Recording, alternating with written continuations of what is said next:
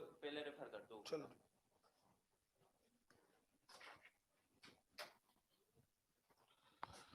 चलिए भैया सभी लोग गुड मॉर्निंग, जय हिंद। देखिए रावत में प्रॉपर आ रही। चलिए हमने बायो कल यहाँ छोड़ी थी, हमें उसके आगे बढ़ना है।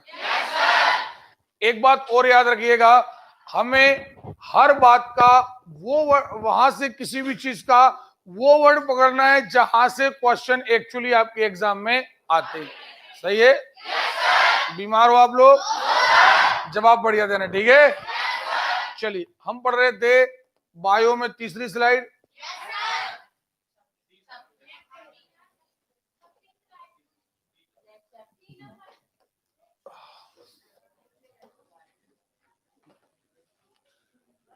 लेक्चर नंबर तीसरा।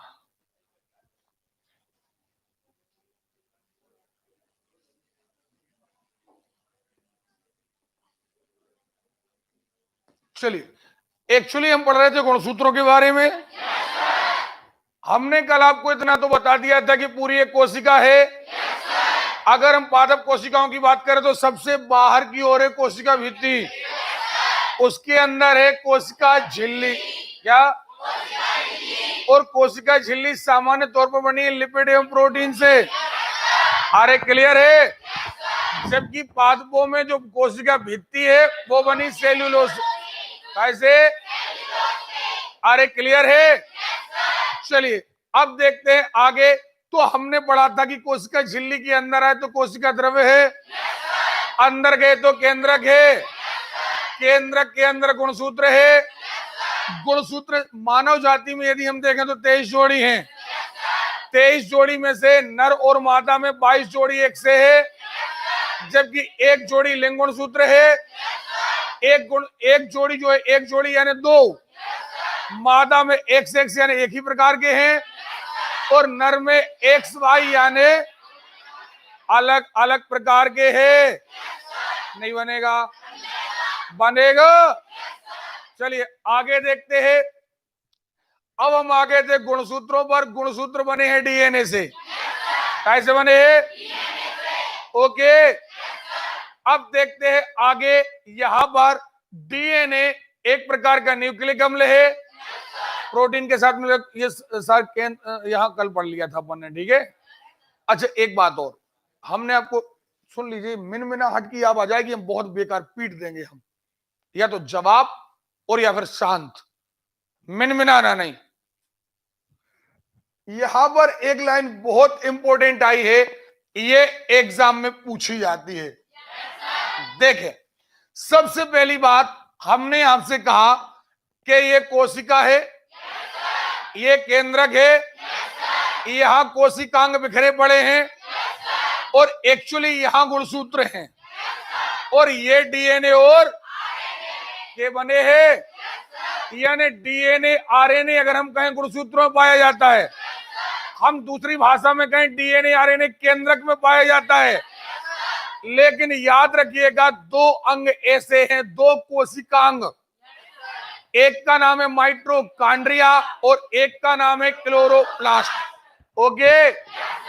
चूंकि क्लोरोप्लास्ट तो आपको पता है ये केवल पौधों में होता है, ये कोशिकांग जंतुओं में। अरे क्लियर है? ये कोशिकांग पौधों में होता है, लेकिन इन दोनों कोशिकांग में स्वयं का अपना डीएनए पाया जाता है। क्लियर है? नहीं आ रही बात समझ में? तो परीक्षा में एक स्पेशल क्वेश्चन अलग से आता है कि कोशिकाओं में ऐसा कौन सा कोशिकांग है जिसका अपना स्वयं का डीएनए होता है? तो खास तौर पर माइटोकॉन्ड्रिया। कौन होता है? अरे क्लियर है?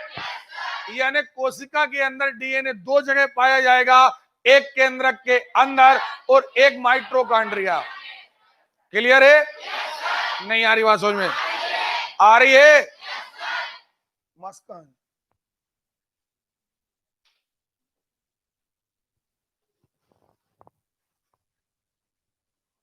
देखे तो ये याद रखिएगा, ठीक है? मूल रूप से डीएनए एक आनुवांशिक पदार्थ है। कल खूब पढ़ा हमने, पढ़ा है। मूल रूप से डीएनए एक, अरे क्लियर है, ये वो मटेरियल है जो एक पीढ़ी की सूचनाओं को, अरे क्लियर है, जो लक्षणों या गुणों को माता पिता से संतानों में पहुंचाने का, अरे क्लियर है। अब एक्चुअली यहां पढ़ना है कि डीएनए बना कैसे होता है, डीएनए में कितने पदार्थ होते हैं, क्लियर है। यहां से भैया एग्जाम में क्वेश्चन आता है तो सारी चीजें आपको समझ में आती जा रही है। अगर समझ में आती जाएंगी तो आप भूलेंगे नहीं। ओके, देखते हैं। इसमें नाइट्रोजनी क्षार, 3 भाग होते हैं इसके। डीएनए में नाइट्रोजनी युक्त क्षार पाए जाते हैं। ये फास्फोरिक अम्ल होते हैं, अम्ल भी होते हैं वो, अरे क्लियर है। और शर्करा पाई जाती है, अरे क्लियर है। अब देखिए शर्करा 2 प्रकार की होती है। सबसे पहली बात हम एक बात जान लें, अगर डीएनए की बात करें तो इसे कहते हैं डीऑक्सीराइबोस शर्करा। क्या कहते हैं, अरे क्लियर है। और अगर हम आरएनए पढ़ रहे होते तो आरएनए कहलाता है राइबोस शर्करा। क्या कहलाता है, देखिए आरएनए का नंबर जब आएगा तब आएगा। पहले हमारी ओर से सुन लीजिए कि आरएनए होता क्या है और डीएनए होता क्या है। पहली बात तो यह कि दोनों आनुवांशिक पदार्थ हैं, डीएनए भी और कुछ जातियां ऐसी है, जैसे विकसित जातियों की हम बात करें, जैसे मनुष्य की बात करें और विकसित जानवरों की बात करें, तो इनमें मूल रूप से डीएनए ही आनुवांशिक पदार्थ है। क्या है, अरे क्लियर है। लेकिन कुछ जातियां ऐसी है, जैसे बैक्टीरिया की बात करें, खास तौर पर हम विषाणु की बात करें, अरे क्लियर, वायरस की बात करें, तो इनमें आनुवांशिक पदार्थ होता है आरएनए। क्या होता है, आवाज नहीं आ रही है, ओके। लेकिन हम जैसे विकसित जंतुओं में डीएनए और आरएनए दोनों पाए जाते हैं, डीएनए और, अब हमारे शरीर में आरएनए कहां पाया जाता है, तो देखें यहां अंदर क्रोमोसोम है, तो यहां पर है डीएनए, बल्कि यहां पर जो कोशिका द्रव्य भरा है यहां पर है आरएनए। क्या है, यानी आरएनए कोशिका द्रव्य में बिखरा पड़ा है, और ये हमारे शरीर में काम करता है प्रोटीन संश्लेषण का। काय का, हमें आवाज नहीं आ रही है, अरे क्लियर है। तो हमारे शरीर में डीएनए यहां है और आरएनए, ओके। हालांकि दोनों ही आनुवांशिक पदार्थ हैं, लेकिन हम जैसे जंतुओं के शरीर में सबसे प्रमुख डीएनए है, ओके। फिर वही बात, डीएनए में डीऑक्सीराइबोस शर्करा पाई जाएगी और आरएनए में ऑक्सीराइबोस शर्करा। क्या, डीएनए में डीऑक्सीराइबोस और आरएनए में राइबोस शर्करा। आर से राइबोस, डी से डीऑक्सीराइबोस। क्लियर है। अब देखें, जो डीएनए होता है वो इस तरीके से बना होता है जिसने किसी ने 2 फीते आपस में लपेट दिए हों, अरे क्लियर है। यानी डबल हेलिक्स, डबल हेलिक्स यानी द्विकुंडलित संरचना है डीएनए, अरे क्लियर है। जबकि आरएनए द्विकुंडलित नहीं होता है। तो बेसिक अंतर समझ में आ गया। अब हम चर्चा करते हैं, देखिए क्या होता है, अगर बेस क्लियर है तो ही बात आपको समझ में आएगी। अब आते हैं, हम अभी बात कर रहे काय की, डीएनए, बढ़िया मजेदार जवाब, काय की बात कर रहे। डीएनए एक आनुवांशिक पदार्थ है, एक पीढ़ी से सूचना लेकर दूसरे पीढ़ी में भेजता है। टेबल से टिकना सब लोग छोड़ दो, छोड़ो मैडम, टेबल से टिकना खिंच के बैठो। देखे, इसमें नाइट्रोजनी क्षार है, फास्फोरिक और शर्करा 2 प्रकार की है, डीऑक्सीराइबोस और, तो डीएनए में कौन सी होगी, एक बात तो क्लियर हो गई। अब 2 चीजें बची, नाइट्रोजनी क्षार, अरे क्लियर है। चलिए आगे देखते हैं। यहां से ये क्वेश्चन आते हैं। एक्चुअली इसके आगे चित्र बनाते हैं, ये शर्करा गलत लिख गया। आगे आते हैं, नाइट्रोजनी क्षार के बारे में पढ़ना है, शर्करा के बारे में पढ़ना है, फास्फोरिक। अब देखिए, नाइट्रोजनी जो क्षार हैं वो दो प्रकार के होते हैं। एक को हम कहते हैं प्यूरिन और दूसरे ग्रुप को कहते हैं, अरे क्लियर है? क्या क्या कहा हमने? आवाज नहीं आ रही है? अरे क्लियर है?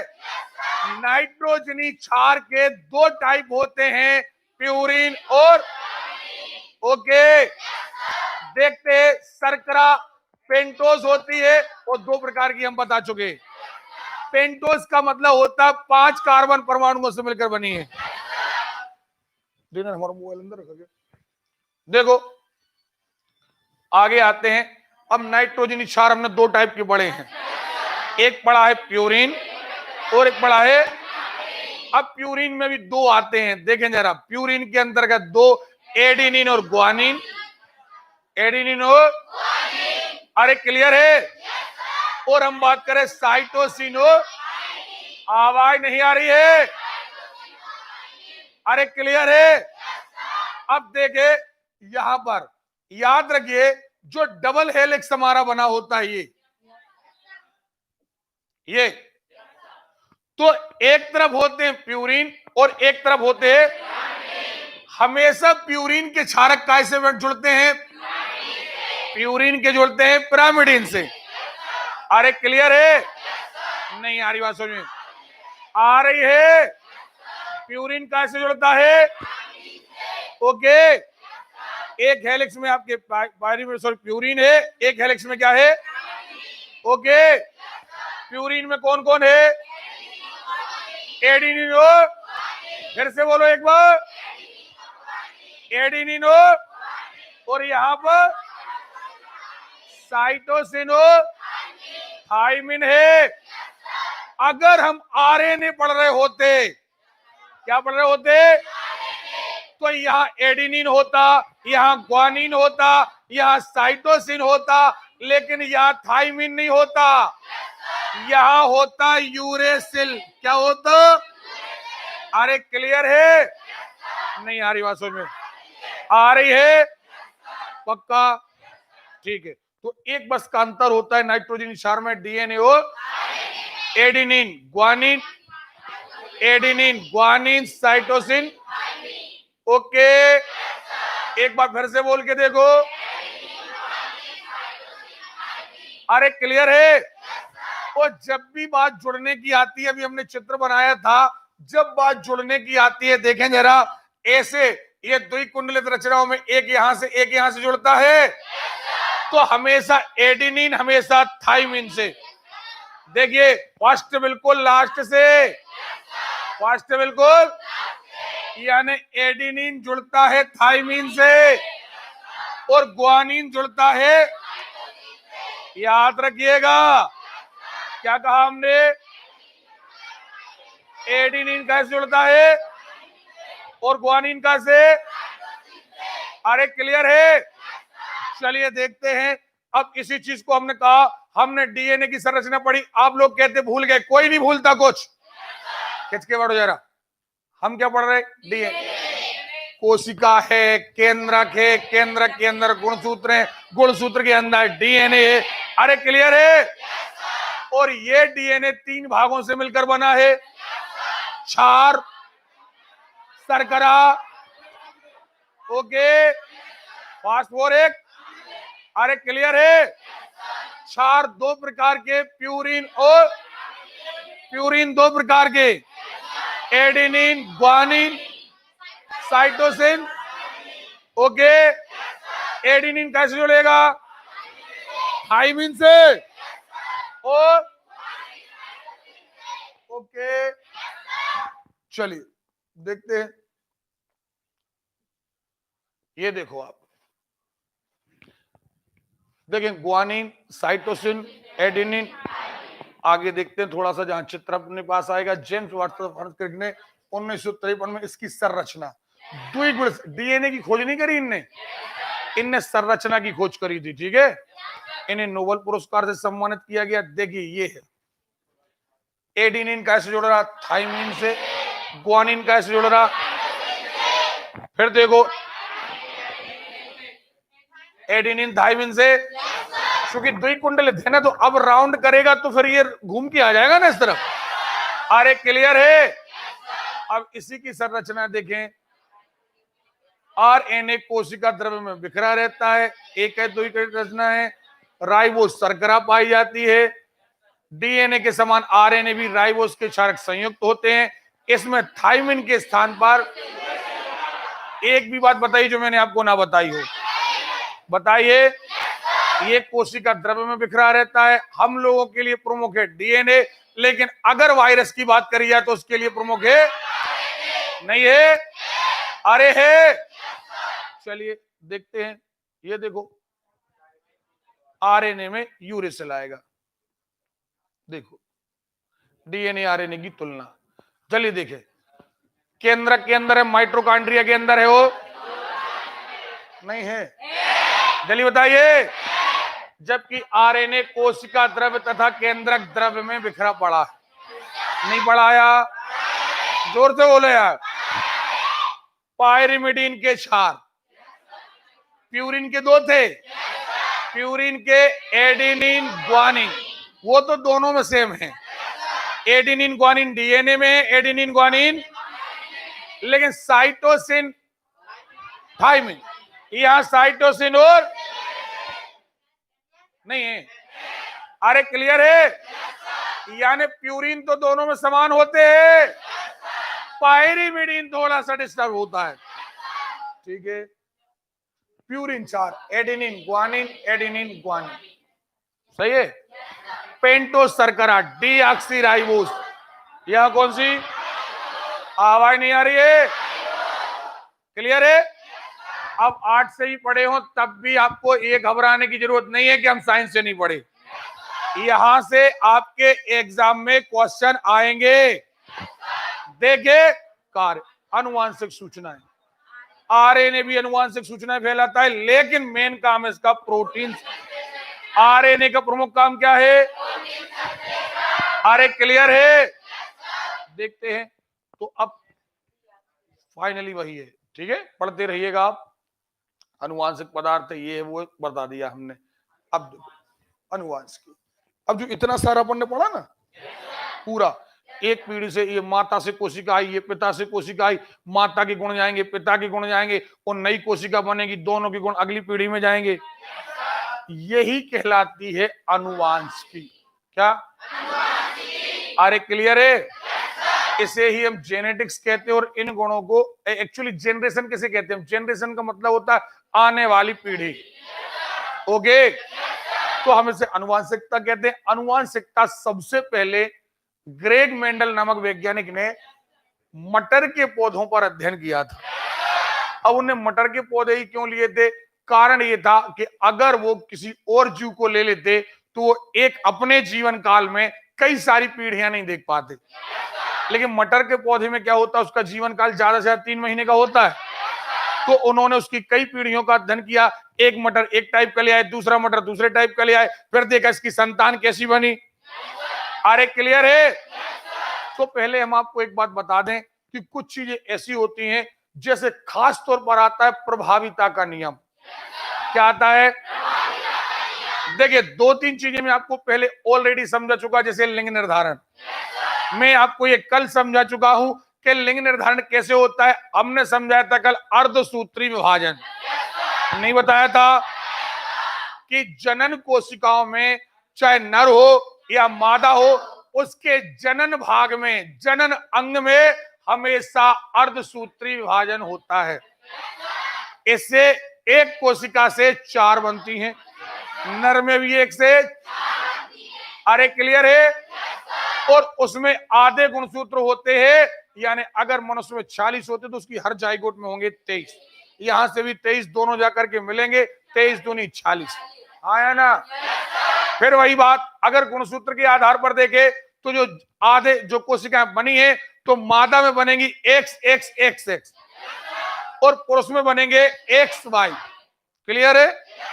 माता का X पुरुष के X से टकराएगा तो लड़की बनेगी, माता का एक्स पुरुष के वाई से टकराएगा तो, अरे क्लियर है। लिंग निर्धारण की प्रोसेस हम आपको बता चुके। एक और जो सबसे इंपॉर्टेंट बात आती है कि अगर दो गुण आपस में मिल रहे हैं तो पहली पीढ़ी में कोई एक गुण, जैसे मान के चलिए माता गोरी है, पिता काला है, मान के चलते एक गुण ले लिया अपन ने, तो आपने देखा होगा कि संतान या तो पूरी तरीके से पिता पर जाएगी या पूरी तरीके से माता पर जाएगी, या तो संतान गोरी होगी या संतान काली होगी। ऐसा नहीं कि पीली टाइप हो जाए, ये नहीं होता। क्यों? क्योंकि पहली पीढ़ी में कोई एक गुण प्रकट होता है जो प्रभावी होता है, जो प्रबल होता है। अरे क्लियर है? चलिए, तो ये सारी चीजें मैं आपको बता चुका। हमेशा कोशिश करिए पढ़ते समय कि ज्यादा जानकारी हमारे पास ऑलरेडी रहे। ओके, अनुवांशिकी का तात्पर्य एक पीढ़ी से दूसरी पीढ़ी लक्षणों का पहुंचना है, ठीक है, उन्हें अनुवांशिक लक्षण कहते हैं। दूसरी पीढ़ी, ये सारी चीजें हो गई हैं, इसे अनुवांशिकता कहते हैं, कोई बताने की जरूरत तो नहीं है। इसकी सबसे पहले खोज कौन ने करी थी? ओके, इसलिए इन्हें अनुवांशिकी का, ओके, इनने काय पर प्रयोग किया था? आवाज नहीं आ रही है। मटर के पौधों का प्रयोग करने के दो कारण थे। पहली बात तो यह कि मटर की जातियां कई होती हैं, यानी उनमें किसी में लाल फूल लगते तो किसी में सफेद लगते, किसी में नीले लगते। तो एक बात तो यह था कि उनके पास टाइप बहुत थे, और दूसरी बात यह थी कि इसका जीवन काल बहुत कम था। ओके, अतः जल्दी एक साल में पता चला 4 पीढ़ियां हो गई, ठीक है। देखिए, मेंडल ने मटर की विभिन्न जातियों के बीच संकरण कराया। ओके, और प्रभाविता का नियम, यानी एक पीढ़ी में प्रभावित जो लक्षण प्रभावी है वो प्रकट होगा। स्वतंत्र अव्यूहन का नियम और पृथक्करण का नियम बने। देखिए, मेंडलीय कारक की आनुवंशिक सूचना को संचारित करते हैं, इन्हें हम जीन कहते हैं। बताया हमने कल बताया था कि गुणसूत्रों पर पाए जाते हैं जीन्स। क्या पाए जाते हैं? और करोड़ों जीन्स पाए जाते हैं। हर एक जीन्स एक लक्षण को समाहित करे रहता है। आपके बालों का रंग एक जीन्स, आंखों का रंग एक जीन्स, लंबाई एक जीन्स, बुद्धि एक, हर चीज के लिए आपका एक जीन्स उत्तरदायी है। अगर वो डिस्टर्ब हो गया तो फिर आने वाली पीढ़ी में वो चीज डिस्टर्बेंस हो जाएगी। ठीक, चलिए इनको फॉर्मेलिटीज को छोड़ते हैं। फॉर्मेलिटीज आप लोग पढ़ते रहिएगा। मेंडल द्वारा किए गए लक्षणों की प्रभावी तथा अप्रभावी रूप, ये आप लोग पढ़ते रहिएगा। प्रभाविता का नियम, पृथक्करण का नियम, स्वतंत्र व्यूहन का नियम इनने दिया था। प्रभाविता का नियम बिल्कुल शॉर्ट में हमने बता दिया कि पहली पीढ़ी में जो लक्षण प्रभावी होंगे वो प्रकट होंगे, दूसरा लक्षण प्रकट अगली पीढ़ी में जाकर के दोनों लक्षण प्रकट होंगे। चलिए देखते हैं। अब ये वही लिखा, लाल पुष्प को सफेद पुष्प से तो पहली पीढ़ी या तो लाल बनेगी या, ये आप लोग पढ़ते रहिएगा।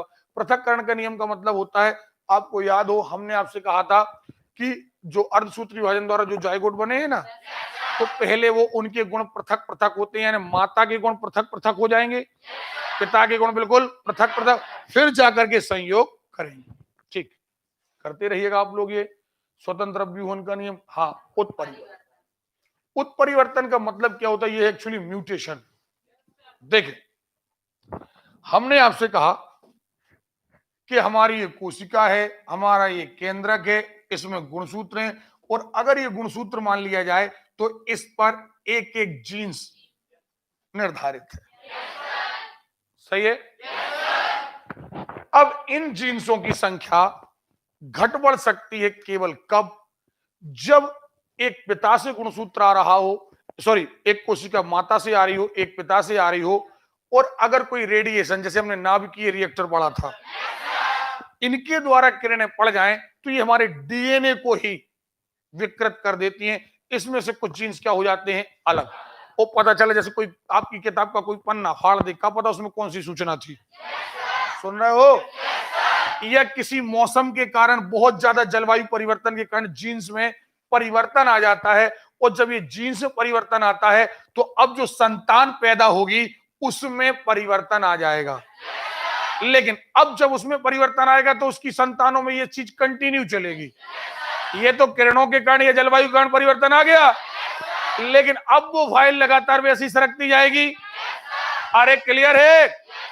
और इस तरीके से नई जातियों का क्या होता है? निर्माण। क्या होता है? अरे क्लियर है? नहीं आ रही बात समझ? आ रही है? तो याद रखना, ये घटना कहलाती है उत्परिवर्तन। क्या कहलाती है? देखते हैं क्या लिखा है। किसी जाति के पौधों या जंतुओं में आकस्मिक विभिन्नता उत्पन्न हो जाती है जिन्हें अचानक से, एक पीढ़ी तक तो पिछली पीढ़ी तक तो सब ठीक था, नई पीढ़ी में कोई नया गुण आ गया है।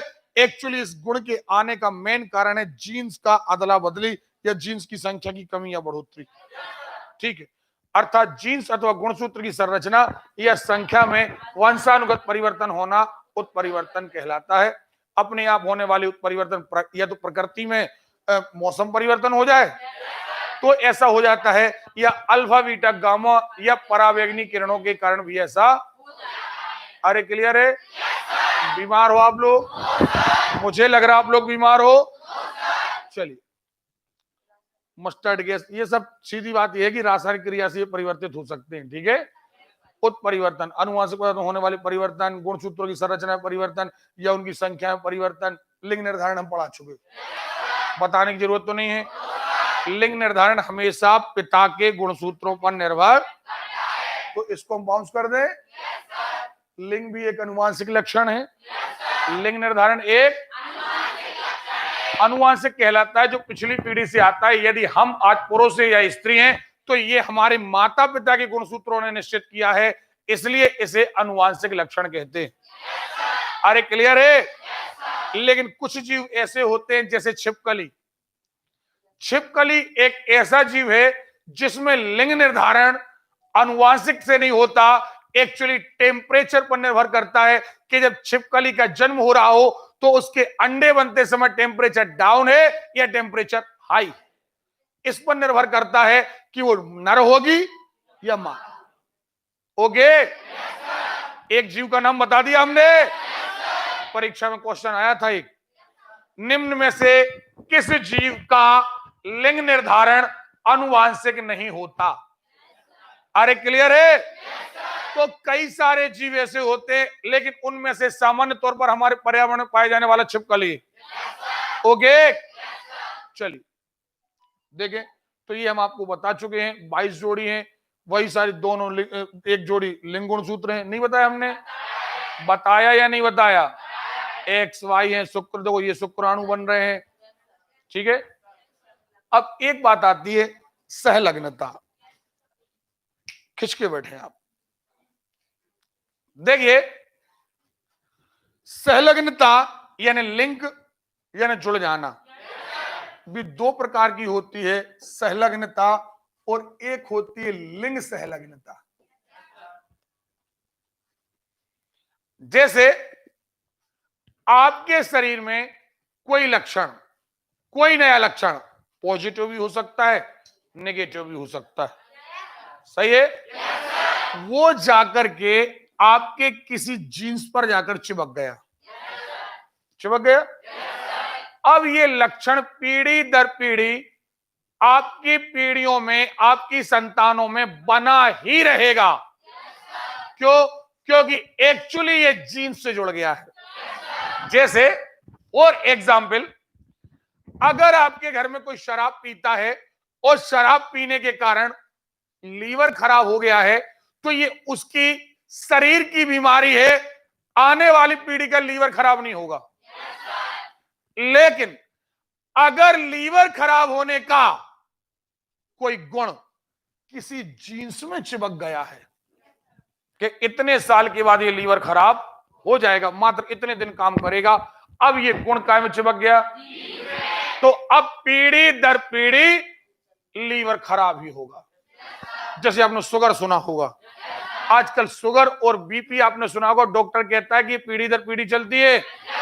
देखिए, शुगर के दो होने के कारण, एक अगर अचानक से आपके अंदर टेंशन आ गया, आपने खाना पीना ठीक से नहीं खाया और आपका इंसुलिन बिगड़ गया, आपको शुगर हो गई, तो ये आपके शरीर की बीमारी थी, ये आगे वाली पीढ़ी में नहीं जाएगी। लेकिन अगर शुगर होने के गुण आपके जीन से जाकर चिपक गए हैं, कैसे चिपक गए? जीन्स से जाकर चिपक गए हैं। नहीं आ रही बात समझ में? आ रही है। तो आने वाली पीढ़ी में अब सारी संतानें कैसी होंगी? शुगर वाली होंगी। तो ये कहलाती सहलग्नता, जब कोई लक्षण हमारे जीन से चिपक जाता है। कैसे चिपक जाता है? हमें मजा नहीं आ रहा यार। अरे क्लियर है? खिंच के बैठे आप, बढ़िया आंसर दें। ओके, अब आगे देखते हैं। देखे, हमने देखा, हमने एक और बात कही, लिंग सहलग्न। अब ऐसे लक्षण जो जीन्स में तो निर्धारित हो, लेकिन लिंग वाले गुणसूत्र के जीन्स काय पर? अरे क्लियर है? जैसे देखें आप, हमने आपसे कहा कि हमारे पास गुणसूत्र 22 जोड़े अलग हैं और एक जोड़ा 22 पर चिपके रहें तो वो कहलाएगी सहलग्नता। क्या कहलाएगी? लेकिन अगर हमारे लिंग गुणसूत्र पर चिपक गए, काय पर चिपक गए, तो ये कहलाएगी लिंग सहलग्नता। क्या कहलाएगी? जैसे अब ये मादा है, ये एक्स नर है, एक्स सही है। अब अगर बाकी 22 जोड़ी पर चिपक जाते तो सहलग्नता। ये भी सहलग्नता है, लेकिन ये स्पेशल लिंग सहलग्न। ओके, अब देखिए, अगर कोई गुण इसके जीन्स, इसमें लाखों जीन्स हैं, एक जीन्स पर जाकर चिपक गए, यहां देखिए, या इस पर चिपक गए, सुन रहे हो? तो ये कहलाएगी लिंग सहलग्नता। ये कई प्रकार के रोग होते हैं, जैसे कलर ब्लाइंडनेस, है ना, और रक्त का थक्का ना जमना, गंजापन, क्लियर है? इनके जो जीन्स होते हैं वो ज्यादातर चिपकते हैं काय पर? लिंग से। ठीक है, लेकिन इनमें होता क्या है, महिलाओं में क्या होता है, अगर ये जीन्स चिपक गया तो इनके पास दो हैं, इनके पास एक्स प्रकार के दो हैं, यानी अगर एक रोगी भी है तो दूसरा कंप्लीट है, सुरक्षित है। तो अब अभी आपने पढ़ा था प्रभाविता का नियम, इनके पास रोग है लेकिन ये प्रकट नहीं होता क्योंकि इनके पास स्टब नहीं है।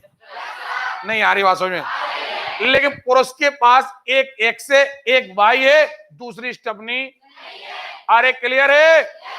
तो अगर पुरुष में जाकर के ये चिपक जाते हैं तो पुरुष रोगी हो जाता है, जबकि महिला में जाकर अगर ये चिपकते हैं तो महिला इसकी वाहक होती है। महिला क्या होती है?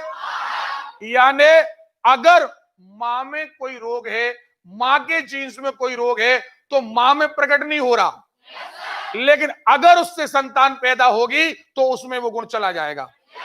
फिर वही बात, लड़की पैदा होगी तो उसमें वो जीन्स चला जाएगा, लेकिन वो रोगी नहीं होगी। लक्षण है लेकिन रोगी, लेकिन अगर लड़का हो जाता तो वो रोगी हो जाता। कई सारे। अब एक बात, लेकिन महिलाओं में ये कब खतरनाक हो जाता है? अगर ये जीन्स दोनों में चिपक जाए, अगर ये जीन्स दोनों में आ जाए तो अब ये खतरनाक हो जाता है। जैसे वर्ण आंधता। वर्ण आंधता, यदि महिलाओं के एक जीन्स इसमें आ जाए गुण में, तो ये मात्र वाहक होंगी, ये वर्णांध नहीं होंगी। लेकिन दोनों में चिपक जाए तो ये वर्णांध। अरे क्लियर है? नहीं आ रही बात समझ में? आमतौर पर आपने देखा होगा पुरुष गंजे होते, महिलाएं नहीं होती। ओके, क्योंकि गंजापन भी एक अनुवांशिक बीमारी है। पिताजी गंजा थे, बेटा है और है अनुवांशिक है। लेकिन महिलाओं में अगर ये गंजापन का गुण आ भी गया जीन्स, तो ये वाहक है, प्रभावित। ओके, चलिए अब, लेकिन कई बार आपने सुना होगा, कई बार आमतौर पर जैसे रक्त का थक्का ना जमने की बीमारी भी होती है। नाम सुना? हीमोफीलिया। क्या होती है? इसमें महिलाएं वाहक होती हैं, लेकिन पुरुष इसके ग्रसित हो जाते हैं और इसमें चोट लगने पर रक्त का थक्का नहीं जमता और इसमें व्यक्ति की मृत्यु हो जाती। लेकिन कभी कभी महिलाएं भी इससे ग्रसित हो जाती हैं, लेकिन कब हो जाती हैं? जब दोनों पर। ओके, तो इन्हें कहते हैं आनुवांशिक रोग या लिंग संलग्न रोग। देखें, मनुष्य में जीन्स गुणसूत्रों में रहकर ऐसे लक्षणों को अधिकतर प्रभावी होते हैं, संलग्न होकर अधिकतर पुरुषों में पाए जाते हैं। नहीं बताया? क्योंकि उनमें केवल एक्स गुणसूत्र होता है, वाई गुणसूत्र पर इन लक्षणों के जीन्स उपस्थित नहीं होते। आमतौर पर मनुष्य में देखा गया कि कान पर लंबे बाल उगाना, जिन्हें कान का हाइपरटाइकोसिस कहते हैं, ये लक्षण मनुष्य के वाई गुणसूत्र से संबंधित होते हैं। लिंग संलग्न लक्षणों के जीन्स पिता से पुत्री में पहुंचते हैं, क्योंकि पुत्री में एक एक्स गुणसूत्र मां से आता है और एक पिता से आता है। वर्ण अंधता, रतौंधी। हाँ, एक बात और, हमेशा रोग, अपन ने कहा कि महिला में, यानी अगर पुत्री पैदा होगी तो उसमें हमेशा लिंग संलग्न रोग पिता की ओर से आते हैं। क्यों आते हैं? क्योंकि देखिए, हमने कहा ये पिता है, ये माता है। लिंग संलग्न रोग हमेशा एक्स पर पाए जाते हैं। मान के चलिए मां के इस पर रोग है और या फिर पिता के इस पर रोग है, लेकिन अगर लड़की बनेगी तो ऐसे बनेगी, यानी भले ये सुरक्षित था लेकिन पिता वाला तो रोगी था, यानी लड़की ग्रसित होगी पिता की ओर से। आया ना? अगर माता रोगी होती, पिता रोगी ना होता, तो किस्मत की बात यह थी कि अगर ये एक्स और ये एक्स टकरा जाता तो अब पिता रोगी नहीं है, इसको मिटा दे रहे अपन, तो लड़की सुरक्षित पैदा होती। और अगर ये एक्स और ये एक्स टकराता तब जाकर के ग्रसित पुत्री पैदा होती। यानी अगर माता ग्रसित है तो कई बार चांस है कि पुत्री ग्रसित भी पैदा हो सकती है लेकिन सुरक्षित भी पैदा हो सकती है। अरे क्लियर है? लेकिन अगर पिता ग्रसित है तो तय है कि पुत्री हो या पुत्र हो, उसमें वो जीन्स पहुंचेगा ही पहुंचेगा, क्योंकि लिंग निर्धारण तो किससे होना है? पिता से। ओके, लेकिन अगर पुत्र पैदा हुआ तो ये वाई और ये एक्स तो सुरक्षित पैदा हो जाएगा। ठीक, चलिए आगे देखते हैं। वर्ण अंधता बता चुके हम। वर्ण अंधता, रंगों को ना पहचानने वाला रोग, रंग नहीं पहचान पाते। एक ये लिंग संलग्न रोग है, यानी आनुवांशिक बीमारी है, अतः से चश्मा वगैरह लगाकर दूर नहीं। ओके, चलिए फिर वही बात लगी, स्त्रियां केवल तभी वर्णांध होंगी जब दोनों पर पाया जाएगा। चलिए आगे देखते हैं। हीमोफीलिया, रुधिर का थक्का ना जम, रुधिर का थक्का। अरे क्लियर है?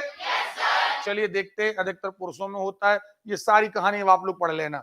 गंजापन के बारे में हम आपको बता चुके, जेनेटिक कोड। अब देखिए जेनेटिक कोड कहलाता क्या है? जेनेटिक कोड जैसे कोई फाइल होती ना, डीएनए आरएनए एक निश्चित संरचना बना करके एक निश्चित सूचनाएं बना लेते हैं जो अगली पीढ़ी में जाना है, उसी को क्या कहते हैं? Genetic code. कोई ज्यादा खास बात नहीं है, ठीक है। तो ये सारी चीजें हम आपको पढ़ा चुके। तो क्या आपको कोशिका के अंदर का पूरा मटेरियल समझ में आ गया? लेकिन अभी अपन ने एक चीज छोड़ी है, हमने कोशिकांग नहीं पढ़े। पढ़े हैं क्या? एक बार बढ़िया जवाब दे दीजिए, आपका मन आज पढ़ने का है या नहीं है? अगर पढ़ने का मन है तो आप धीमी आवाज नहीं देंगे। आप ईमानदारी से बताइए, क्या मैंने कोई चीज ऐसी छोड़ी है जो आपको समझाई ना हो? और अगर आपने क्लास अटेंड करी है तो मुझे लगता है भले वो 8 से आप पढ़े हो लेकिन आपको समझ में तो आया होगा। नहीं आया है? चलिए अब पढ़ना है हमें, कोशिका। इनमें मटेरियल बहुत सारा लिखा रहेगा, हम बात करेंगे टू द पॉइंट, ठीक है? क्योंकि जो टॉपिक है वो टू द पॉइंट आता है, ठीक है? यहां देखते हैं, सबसे पहली बात, कोशिका में उपस्थित कोशिका। फिर वही बात, जो कोशिका केंद्रक, यहां अलग अलग कोशिका, है? हर कोशिकांग का अपना एक काम है, खास तौर पर दो चीजें तो हमें माइटोकांड्रिया तो पता चल गया कि माइटोकांड्रिया का काम है श्वसन करना। क्या करना? ये याद ही हो गया। ये ग्लूकोज लेगा, एटीपी बनाए। ग्लूकोज लेगा और अरे क्लियर है? काय की उपस्थिति में ऑक्सीजन। अरे क्लियर है? अब यहीं से देखिए, आना बाद में है ऑक्सी श्वसन और अनाक्सी श्वसन, लेकिन हम आपको बताएंगे यहीं। क्लियर है? चलिए, और एक हमने पढ़ लिया क्लोरोप्लास्ट। क्या पढ़ लिया? क्लोरोप्लास्ट भी एक अंग है, इसके अंदर है क्लोरोफिल। क्या है? ये क्लोरोफिल क्या करेगा? कार्बोहाइड्रेट का निर्माण करेगा। कार्बोहाइड्रेट का यानी क्लोरोप्लास्ट कार्बोहाइड्रेट बनाता है, जबकि माइटोकॉन्ड्रिया इसका उल्टा है, ये ग्लूकोज यानी कार्बोहाइड्रेट को श्वसन करके एटीपी में बदल। ठीक है? चलिए देखते हैं। अंतःप्रंदवी जालिका होती है, एंडोप्लाज्मिक रेटिकुलम से हम कहते हैं। एक अंग ये होता है, एक गाल्जी काय होता है, गाल्जी कॉम्प्लेक्स से हम कहते हैं। एक होता है लाइसोसोम, एक होता है माइटोकॉन्ड्रिया। अरे क्लियर है? एक प्लास्टिड होते हैं, बताया ना, क्लोरोप्लास्ट वगैरह। रसधानियां होती है, तारक काय यानी सेंट्रोसोम होते हैं, राइबोसोम होते हैं, माइक्रोबॉडीज। ठीक है? चलिए थोड़ा सा पीछे चलते हैं, कुछ चीजें हम आपको शुरू करने के पहले ही बता दें। देखिए, पहले रचना आई है ना, खास तौर पर इसका काम है प्रोटीन संश्लेषण। क्या काम है? हम बेसिक काम बता रहे। एक इसका काम प्रोटीन संश्लेषण है ना, और एक और है राइबोसोम। क्या है? हमें आवाज नहीं आ रही है? तो हमारी कोशिका में पाए जाने वाले दो अंग, अरे क्लियर है? क्या करेंगे? प्रोटीन संश्लेषण करेंगे, क्योंकि जैसा हमारा पूरा शरीर है, ऐसी कोशिका अपने आप में शरीर है, तो प्रोटीन संश्लेषण का काम दो लोग करेंगे। एक अंत यानी ER यानी एंडोप्लाज्मिक रेटिकुलम। अरे क्लियर है? और आगे बढ़ेंगे राइबोसोम। एक बात, ठीक है? ओके, अब देखिए, ये आया गाल्जी का है, आया। इसका काम है जो प्रोटीन संश्लेषण यहां से आया उसके पैकेट बनाना। दूसरा इसका बेसिक काम है कार्बोहाइड्रेट को एब्जॉर्ब करना, यानी ये जमा क्या करता है? कार्बोहाइड्रेट। आवाज नहीं आ रही है? ये क्या जमा करेगा? और एक बात, कोशिका के अंदर कौन से पदार्थ आना है, कौन से पदार्थ केंद्रक से कोशिका में आना है, कौन से पदार्थ कोशिका से बाहर भेजना है, ये तय करता है। अरे क्लियर है? इसलिए इसे कोशिका का ट्रैफिक पुलिसमैन कहते हैं, यातायात पुलिस कहते हैं। किसे यहां भेजना है, किसे वहां भेजना है, किसे रोकना है, जो चौराहे पर खड़ा ट्रैफिक पुलिस करता है, बस वैसे ही कौन करता है? तो प्रोटीन संश्लेषण दो, ER और राइबोसोम। गाल्जी काय करेगा? कार्बोहाइड्रेट का संश्लेषण और यातायात। अरे क्लियर है? अच्छा एक बात बताइए, क्लोरोप्लास्ट ने भोजन बनाया, क्लोरोप्लास्ट ने यानी एक्चुअली उसने कार्बोहाइड्रेट बनाया। श्वसन किसने किया? आवाज नहीं आ रही है? माइटोकॉन्ड्रिया ने ग्लूकोज से एटीपी बनाया। ठीक है? अब जैसा हमारे शरीर में पाचन तंत्र है, ऐसी कोशिका के शरीर में पाचन तंत्र है लाइसोसोम। कौन है? आवाज नहीं आ रही है? ओके, हमारे शरीर में जैसे जठर रस निकलता है हमारे भोजन को पचाने के लिए, ऐसे इस अंग में रस निकलते हैं भोजन को पचाने के लिए, पचाने के लिए। अब ये झिल्ली घिरी रहती है तो इसके अंदर रस भरे हैं पचाने वाले, रस भरे हैं। अगर कभी कोशिका के अंदर भोजन ना पहुंचा, कोशिका के अंदर भोजन तो ये क्या करता है, स्वयं को पचा देता है। यानी ये रस स्वयं पर काम कर जाते हैं और ये झिल्ली गल जाती है, पच जाती है। और जब ये झिल्ली पच जाएगी तो ये रस कोशिका में आ जाएंगे। जब ये रस कोशिका में आ जाएंगे तो कोशिका ही पच जाएगी। नहीं आ रही बात समझ में? इसे इसीलिए कहते हैं आत्महत्या की थैली। क्या कहते हैं? यानी ये कोशिका के अंदर ऐसा कोशिकांग है कि जीवित रहने के लिए भी जरूरी है, लेकिन अगर ये इसकी झिल्ली फट गई तो समझ लो आत्महत्या हो गई। नहीं आ रही बात से? कौन सा? आवाज नहीं आ रही है? माइटोकॉन्ड्रिया नहीं पढ़ाया? अरे पढ़ाया है। अब माइटोकॉन्ड्रिया में थोड़ा सा अपन लेकर के चलते हैं एक्स्ट्रा, ठीक है? हम 1 मिनट चाय पी गए हैं, चलिए बेटा रटने का प्रयास नहीं करना, टेबल से मत टिका करो यार, इस चीज से हमें बहुत नफरत है।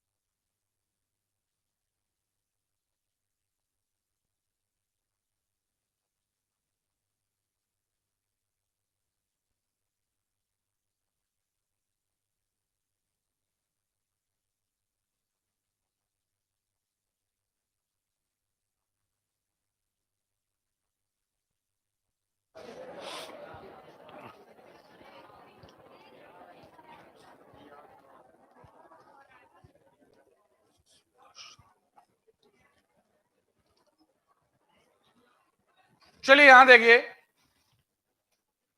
सब लोग सामने देखें। हम इस प्रोसेस को पढ़ लेते हैं तो आगे जो टॉपिक आएगा वहां पर भी हमारा ऑटोमेटिकली वहां आपको लगेगा कि सर हमें ये पता है। देखिए हमने 2 चीजें पढ़ी, एक प्रकाश संश्लेषण और एक होती है श्वसन।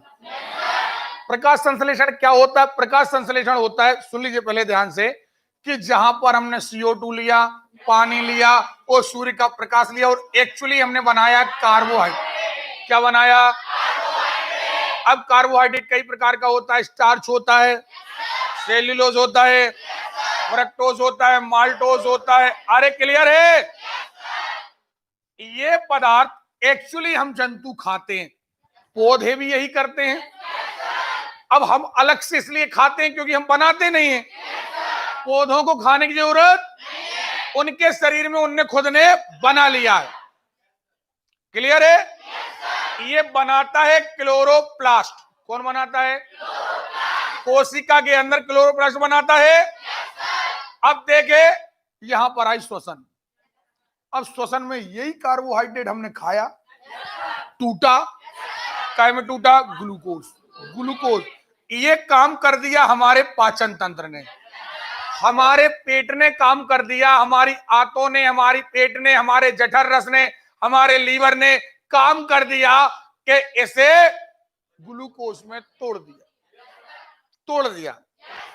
अब ये ग्लूकोज पहुंचा माइटोकॉन्ड्रिया के पास। काय के पास? अरे क्लियर है? और माइटोकॉन्ड्रिया ने क्या किया, इस ग्लूकोज को ऑक्सीजन की उपस्थिति में एटीपी में तोड़ दिया। काय में तोड़ दिया? हमें आवाज नहीं आ रही है? ये कहलाते ऊर्जा के बंडल और ये हमें एनर्जी देते। अतः हम अपनी कोशिका का पावर हाउस किसे कहते? आवाज नहीं आ रही है? ओके, पक्का? ठीक है। और जब ये ऊर्जा खर्च हो जाती है तो जो हमारे ऊर्जा के अणु हैं वो खाली हो जाते हैं। तो खाली ऊर्जा के अणु को हम कहते हैं एडीपी। क्या कहते हैं? एडीपी। और जब इनमें ऊर्जा आ जाती है तो ये कहलाते हैं एटीपी। यानी लगातार एडीपी से एटीपी, एटीपी से बनने की प्रोसेस चलती रहती है। हाँ या ना? अरे क्लियर है? अब देखे, ये एडीपी से एटीपी, हाँ या ना? याद रखिएगा, इसमें एक अम्ल और चेंज होता रहता है हमेशा। वो हमारे शरीर की कोशिकाओं में चेंज होता रहता है। इसका नाम है पाइरुविक अम्ल, से बनता है लैक्टिक अम्ल। क्या बनता है? एक्चुअली हमने उल्टा लिख दिया। जब एटीपी बनते हैं तो पाइरुविक अम्ल बन जाता है। क्या बन जाता है? अरे क्लियर है? और जब एटीपी की ऊर्जा खर्च हो जाती है तो यही बन जाता है लैक्टिक अम्ल। हाँ या ना? यानी लैक्टिक अम्ल का मतलब है ऊर्जा खर्च हो चुकी है और पाइरुविक अम्ल का मतलब है एनर्जी अभी आपके पास है। क्लियर है? इसलिए आपकी परीक्षा में क्वेश्चन आता है, आपको थकान आ जाती है किस अम्ल के कारण? आप कहते हैं लैक्टिक अम्ल के कारण। एक्चुअली लैक्टिक अम्ल क्या बता रहा है कि आपके पास अब एनर्जी, ओके, आप थक गए। थकने का मतलब क्या है? एनर्जी नहीं है। और अगर आप थके नहीं मतलब एनर्जी, तो आपके पास कौन सा अम्ल है? जब तक आपकी कोशिकाओं में, मान के चलिए आप डंबल कर रहे हैं, हमने कहा उठक बैठक करो। उठक बैठक कहां से शुरू करेंगे? पाइरुविक अम्ल। ओके, जैसे ही एटीपी खत्म, क्या बनने लगा? आप थक गए। तो प्रश्न आता है कि किस अम्ल के कारण जमा होता है। तो एक आगे आएगा, लेकिन मैंने यहां बता दिया एक बात। दूसरी बात यह है कि लगातार ग्लूकोज ऑक्सीजन की उपस्थिति में काय में टूट रहा है। चूंकि श्वसन हो रहा है, भोजन पच रहा है काय की उपस्थिति में, और यहां बन रहे हैं 36 एटीपी। एक ग्लूकोज टूट रहा है तो 36 एटीपी बन रहे हैं। इसे कहते ऑक्सी श्वसन। क्या कहते? मजा नहीं आया? अरे क्लियर है? कभी कभार ऐसा होता है, आप तेज दौड़ कर आए, बहुत मेहनत करके आए, अब आपको बहुत ज्यादा एनर्जी चाहिए। अब यहां तो भाई मशीन कितनी है, एक ग्लूकोज डालो 36 निकालो, एक ग्लूकोज डालो 36 निकालो, लेकिन तुम इतने थक गए कि तुम्हें चाहिए 40। 36 नहीं, कितने चाहिए? अरे 40 चाहिए, और ज्यादा चाहिए, और ज्यादा थक गए, हाँफ रहे हो बिल्कुल। अब हाँफते क्यों है? क्योंकि अंदर ऑर्डर लग गया है, जल्दी माल बनाओ। उन्होंने फेफड़ों को ऑर्डर किया, जल्दी ऑक्सीजन भिजवाओ। फेफड़े लगे हैं बिल्कुल दौड़ने, इसलिए आप हाँफते हैं। दिमाग ऑर्डर कर देता है कि भैया एनर्जी खर्च हो गई, जल्दी जल्दी बनाओ। अपने घर में बारात ताजा बन के, जल्दी बनाओ, बारात आ गई है, खाना जल्दी करो, थोड़ा सा फास्ट। आप थक गए, एटीपी पूरे का हो गए, खर्च अगर नहीं कवर कर पाए तो खत्म। इसलिए पूरे फेफड़े, हृदय जल्दी जल्दी धड़कता है। जल्दी जैसे जैसे फेफड़े ने क्या किया, ऑक्सीजन लाए तो धड़कन क्या हो गया, बढ़ गई। जल्दी ले जाओ ऑक्सीजन, वहां से कार्बन डाइऑक्साइड उठा के लाओ, फिर फेफड़ों को दो, बाहर फेंके। ये पूरा काम बिल्कुल मजदूरों की तरह चलता है। ओके। और इसी को हम कहते हैं कि हमारी धड़कनें बढ़ गई, ठीक है। देखे तो इसे कहते हैं ऑक्सीजन।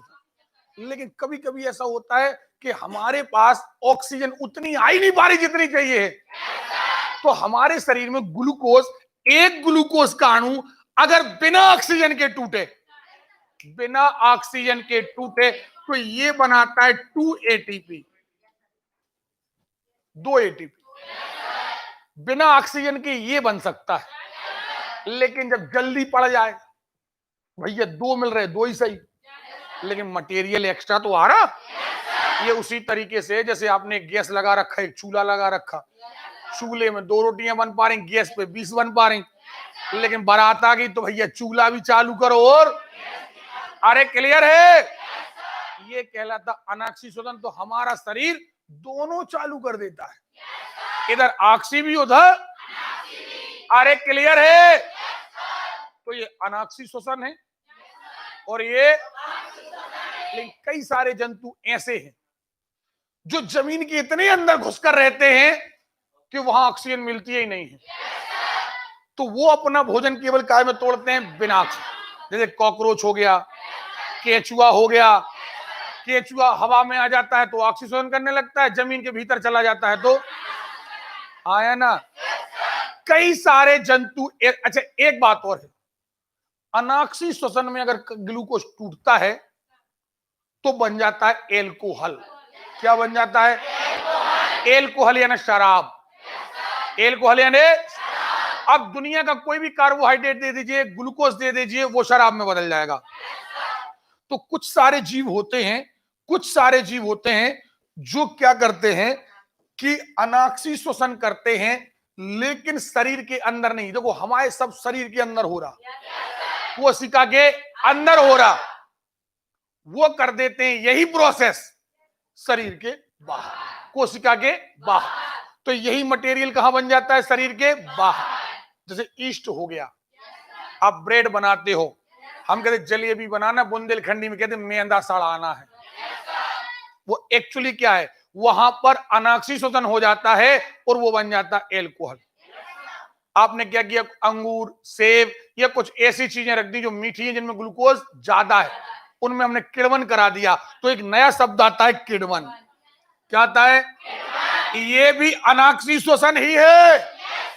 बस अगर कोशिका के अंदर होता तो हम कहते अनाक्सी श्वसन। तो कुछ चीज ऐसे होते हैं जो कोशिका के अंदर नहीं करते, वो बाहर कर देते हैं। अरे क्लियर है? क्या कहलाता है?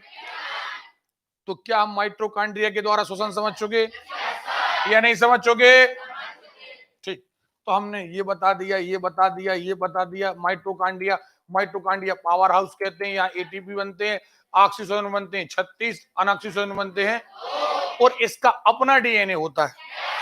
नहीं बताया? ये पादप कोशिकाओं में भी पाया जाता है और ये दोनों में पाया जाता है। नहीं आ रही बात समझ? ठीक, बाकी सारी चीजें जब पढ़ेंगे। ये देखो, ये लवक आया ना, ये सेंट्रोसोम, देखो जरा सेंट्रोसोम, ये देखो सेंट्रोसोम, ये कोशिका विभाजन में मदद करता है, ये उकसाता है। अब हमारे शरीर में 2 प्रकार से कोशिकाएं बनती है, हमने बताया कल, कायिक कोशिकाएं। सामान्य शरीर को लंबाई में बढ़ना हो, चौड़ाई में बढ़ना हो, घाव भरना हो, तो सामान्य 1 से बनती है 2। ये काम भी कौन कराता है? सेंट्रोसोम। ये राइबोसोम, सॉरी, एक सेंट्रोसोम मिलेगा आपको। ओके, ये लिखा, सॉरी ये लिखा, ठीक है। और अगर जनन कोशिकाओं में भी अगर विखंडन करना है, ठीक है, तो भी कौन कराएगा? ये प्रोटीन संश्लेषण करेगा। तो यहां पर ये मेन हमने आपको बता दिए हैं जो आपके एग्जाम में पूछे जा सकते हैं। अब देखो ये आ गए, अब अपन डिटेल में से पढ़ेंगे, आपको सब पता है। हमने कहा अंतःप्रद्रवी जालिका यानी ईआर, ये चपटी थैलियों का होता है, पादप जंतु दोनों कोशिकाओं में पाया जाता है। खास तौर पर हमने आपको बताया, देखो ये जाली के समान होता है। और खास तौर पर, हाँ एक बात और, यहां देखिए, हमने आपको बताया था कि ये प्रोटीन संश्लेषण करता है, नहीं बताया था? अरे बोलो यार, बताया था। और एक और बताया था, बोलो, नहीं बताया, ये पूरा का पूरा ER है और इसी में चिपके हैं राइबोसोम, चिपके, इसीलिए दोनों एक ही काम करते हैं।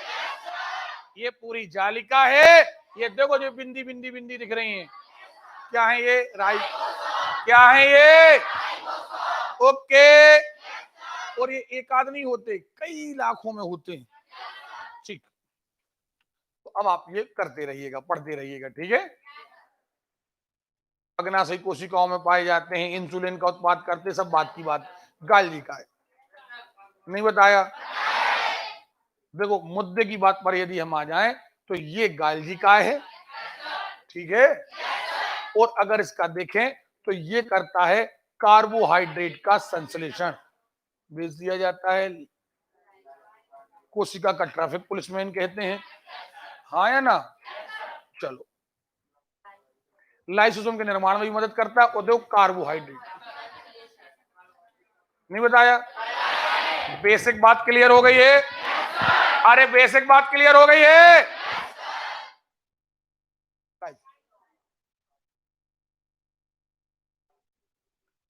मुद्दे की बात, ये लाइसोसोम है और ये पाचक वाले एंजाइम निकालता है, पाचक एंजाइम को शेष कोशिका से पृथक करता है, लेकिन जब इसके कोई पाचन नहीं पहुंचता तो ये झिल्ली को ही पचा देता है, वो बाहर आ जाते, वो कोशिका को पचा देता। सही है? चलिए, तो ये आप लोग करते रहिएगा।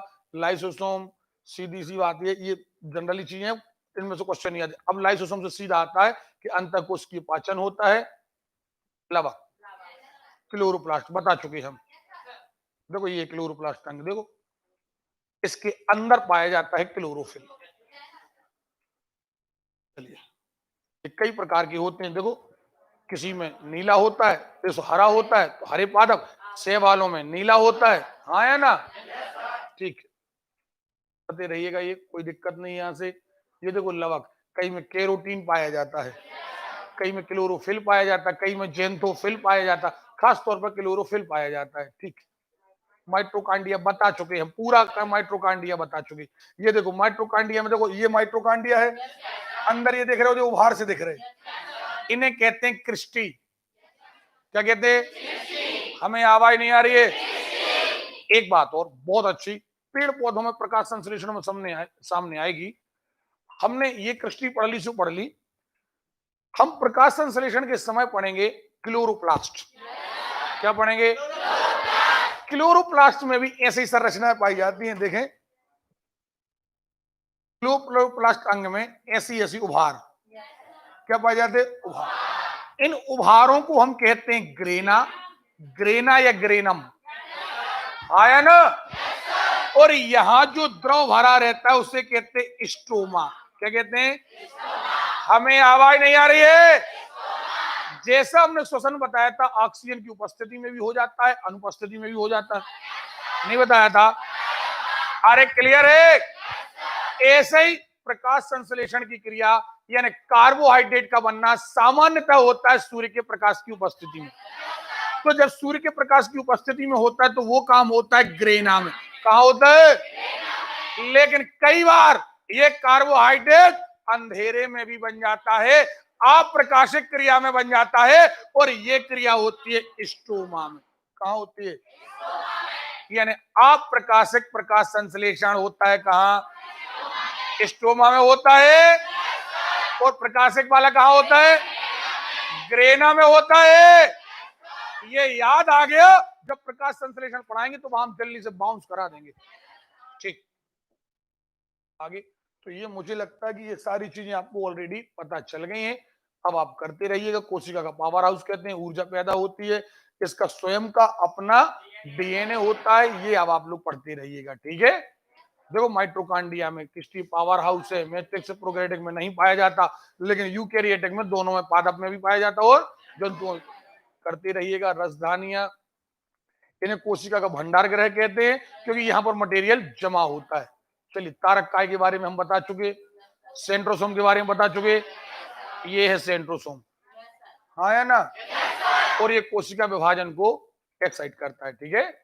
राइबोसोम बता चुके, ये राइबोसोम है और ये राइबोसोम एक्चुअली ER पर यानी अंतःप्रद्रवी जालिका के ऊपर ये चिपका हुआ। चलिए, प्रोटीन की फैक्ट्री कहते हैं, प्रोटीन संश्लेषण में भाग लेता है।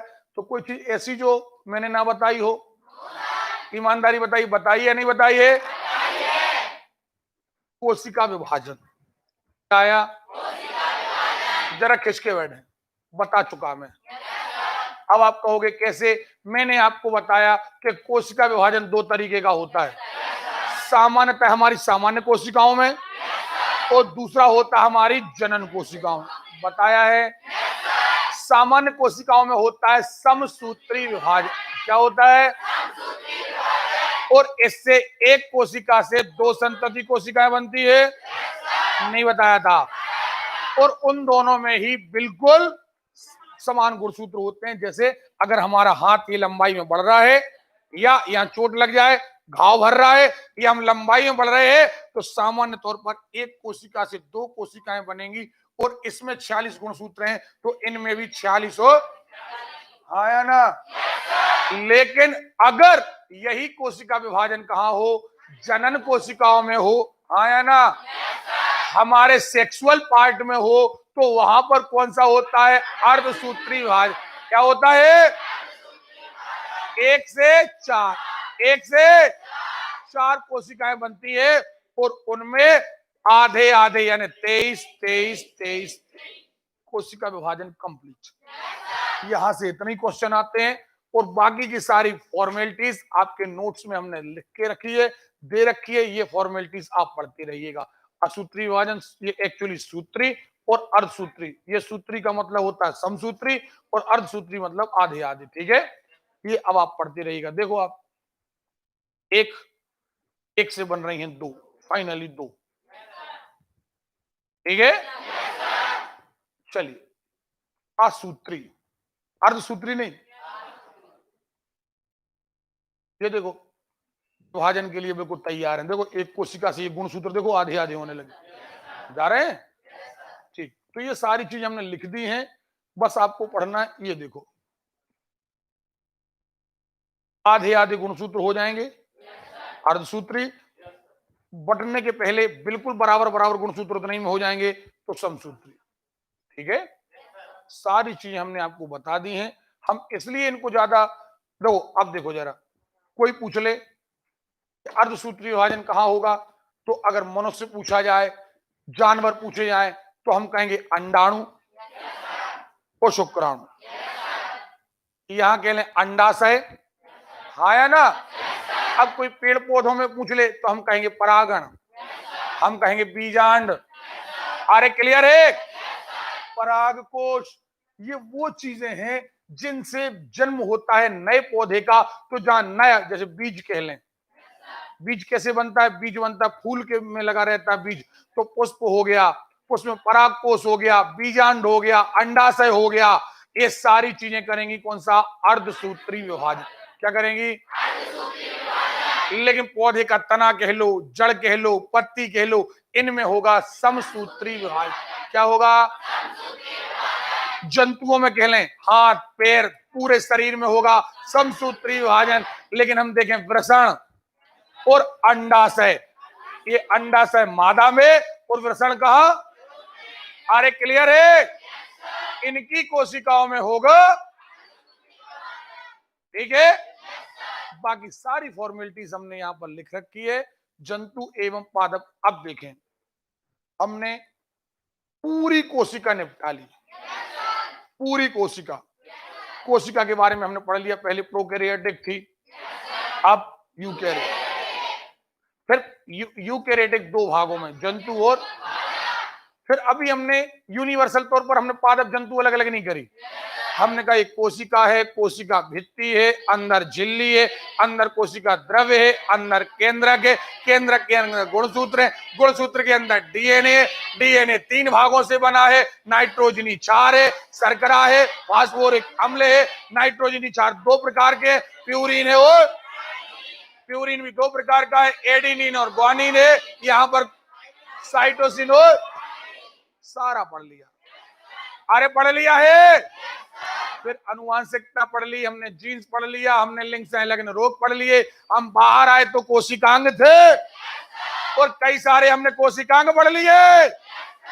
इस तरीके से हमने ओवरऑल कोशिका, अब बेसिकली पादप कोशिका और जंतु कोशिका में अंतर, मोटे तौर पर अंतर क्या है? मोटे तौर पर अंतर यह है कि इसमें कोशिका भित्ति है पादप, जंतु में कोशिका भित्ति।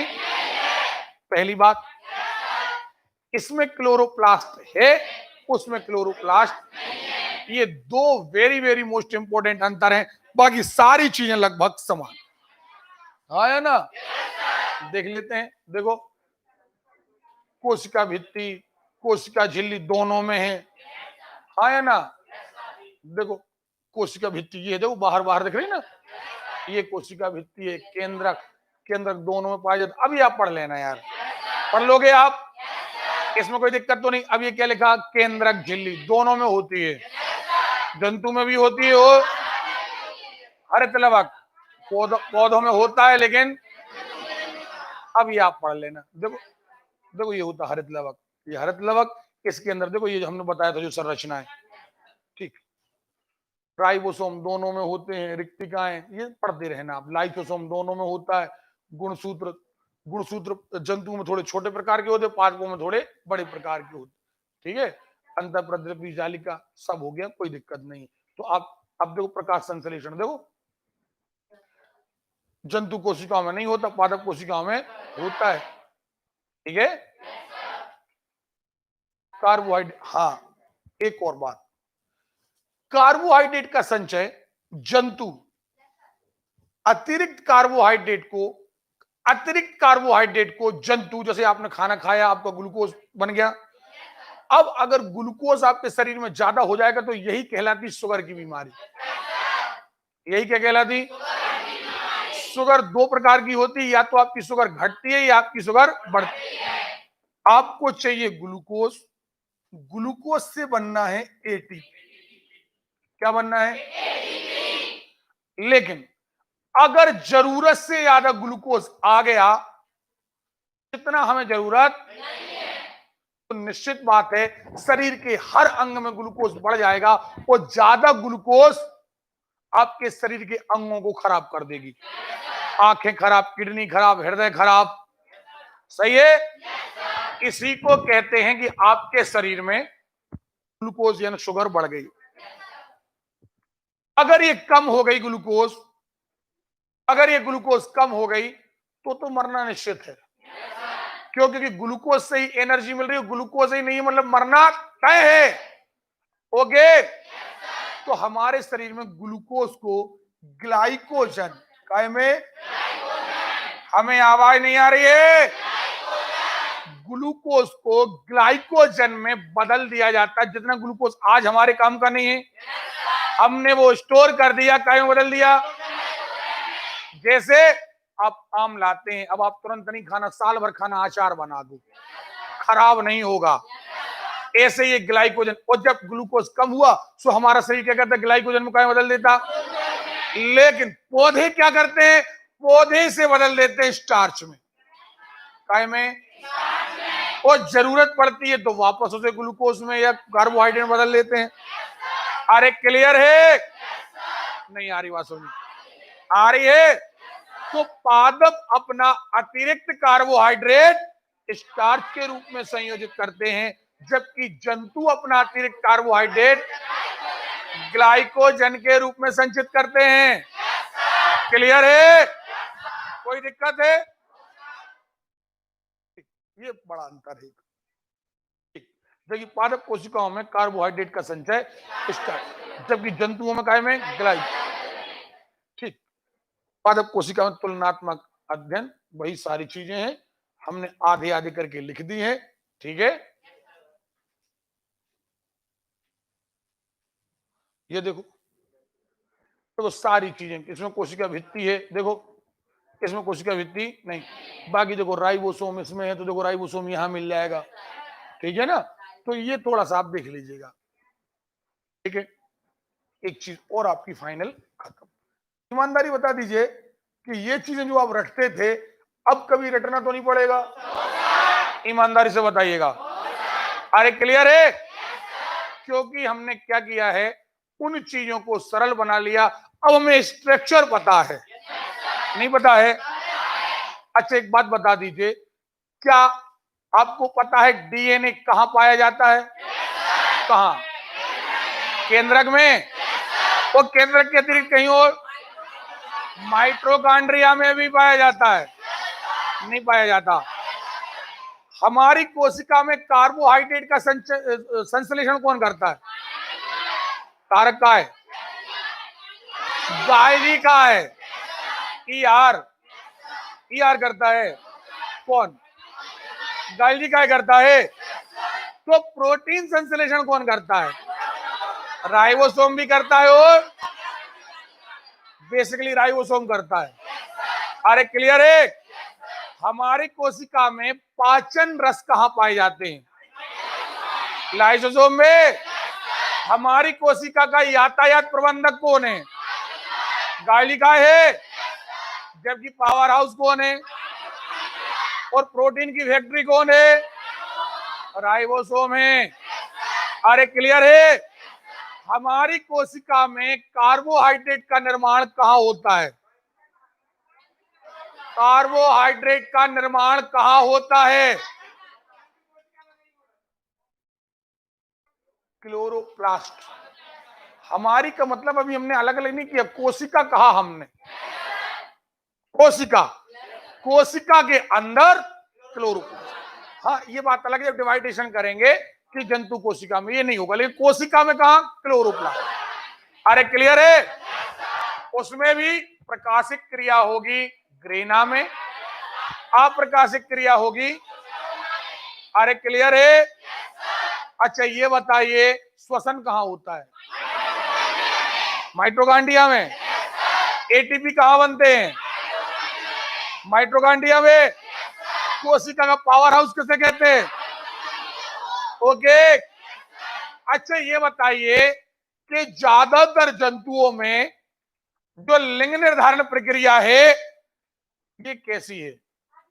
अनुवांशिक। कैसी है? ओके, यानी पीढ़ी दर पीढ़ी माता पिता से आती है। अच्छा ये बताइए कि क्या कुछ ऐसे जीव हैं जो लिंग निर्धारण की प्रक्रिया अनुवांशिक तौर पर नहीं करते? कौन है? ओके ठीक। छिपकली से याद आया, एक और आपको जू मिलेगा, हाइड्रा। कई सारे जीव ऐसे होते हैं जिनमें रक्त पाया जाता है, आगे चर्चा आएगी, चूंकि छिपकली की चर्चा आई तो हम आपको बता दें, कई सारे जीव ऐसे होते हैं जो कई दिनों तक पानी नहीं पीते। जनरली चर्चा आई, आगे बताएंगे हम। लेकिन हम जैसे जीव एक दिन भी पानी के बिना नहीं, हमें पानी से कोई एनर्जी नहीं मिलती, लेकिन हमारे शरीर से जितने जहरीले पदार्थ हैं वो चाहे मूत्र के द्वारा बाहर हो चाहे मल के द्वारा बाहर हो, इनमें मेन भूमिका पानी। सही है? यानी हमारे शरीर से जितना पानी हम पीते हैं उतना ही बर्बाद होता है। अरे क्लियर है? लेकिन कई सारे जीव जैसे छिपकली हो गई, ये पानी कम पीती है, लेकिन ये ठोस रूप में अपना मल त्याग करती है, यानी इसके शरीर से जो उत्सर्जन होता है पानी के रूप में नहीं। अब हम कर रहे थे रक्त की बातें। ज्यादातर जंतुओं का रक्त लाल होता है, जंतुओं का, क्योंकि उसमें हीमोग्लोबिन पाया जाता है। क्योंकि हीमोग्लोबिन का मुख्य कार्य है ऑक्सीजन को ले जाना, ऑक्सीजन को। एक दो जंतु ऐसे भी हैं, जातियों वाले जंतु, जिनका रक्त लाल नहीं होता, सफेद होता है। क्यों? क्योंकि उनमें हीमोग्लोबिन नहीं पाया जाता। कारण क्या है? क्योंकि उनमें सीधी ऑक्सीजन उनकी त्वचा से अंदर जाती है, उनमें ऑक्सीजन का वहन करने के लिए हीमोग्लोबिन की आवश्यकता नहीं। ओके, चर्चाएं आएंगी तो हम बताते चलेंगे आपको। जीवधारियों का वर्गीकरण, ठीक है?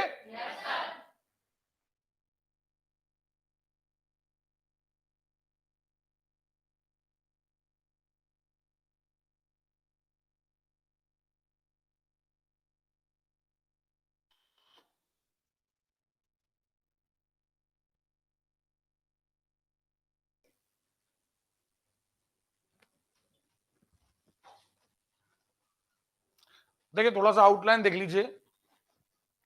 क्या होता है कि खास तौर पर तो पूरे जीव जगत को दो भागों में बांट दिया गया। कितने भागों में? पादप और जंतु। पादप और, लेकिन कुछ लोग ऐसे वैज्ञानिक भी हैं जिन्होंने कहा कि नहीं, फाइनली दो भागों में नहीं बांटा जा सकता। क्यों? क्योंकि कई ऐसे हैं जो जंतुओं की तरह व्यवहार नहीं करते। आप कह रहे पादप हैं, लेकिन दिक्कत ये, श्रेया नींद आ रही है, कुछ ऐसे भी हैं जिनके पास क्लोरोफिल नहीं होता, तो आप उन्हें प्लांट में भी नहीं रख सकते। सुन रहे हो?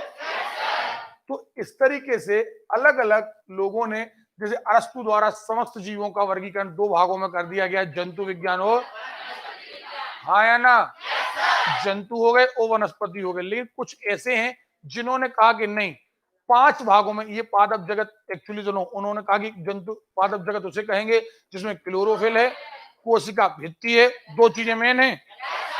पादप जगत में हम उसे रखेंगे जिनमें कोशिका भित्ति है और क्लोरोफिल है।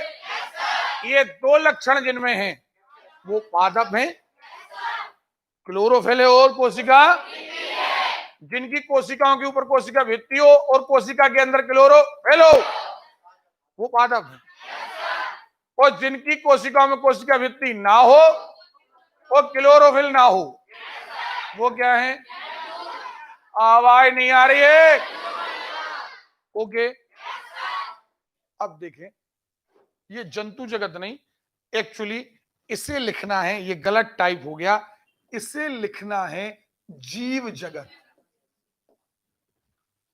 जीव जगत, जीव जगत का वर्गीकरण, ठीक है। लेकिन जंतु को क्या करेंगे?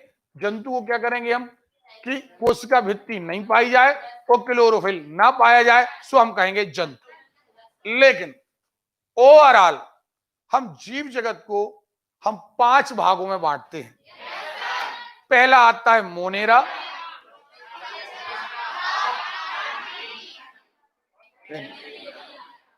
अब देखो ये प्लांट हैं, पौधे हैं, ये जंतु हैं, इनमें क्लोरोफिल है, कोशिका भित्ति है, इनमें क्लोरोफिल नहीं है। अब बचे ये तीन, इनको ज्यादातर हम पटक देते हैं प्लांट के साथ।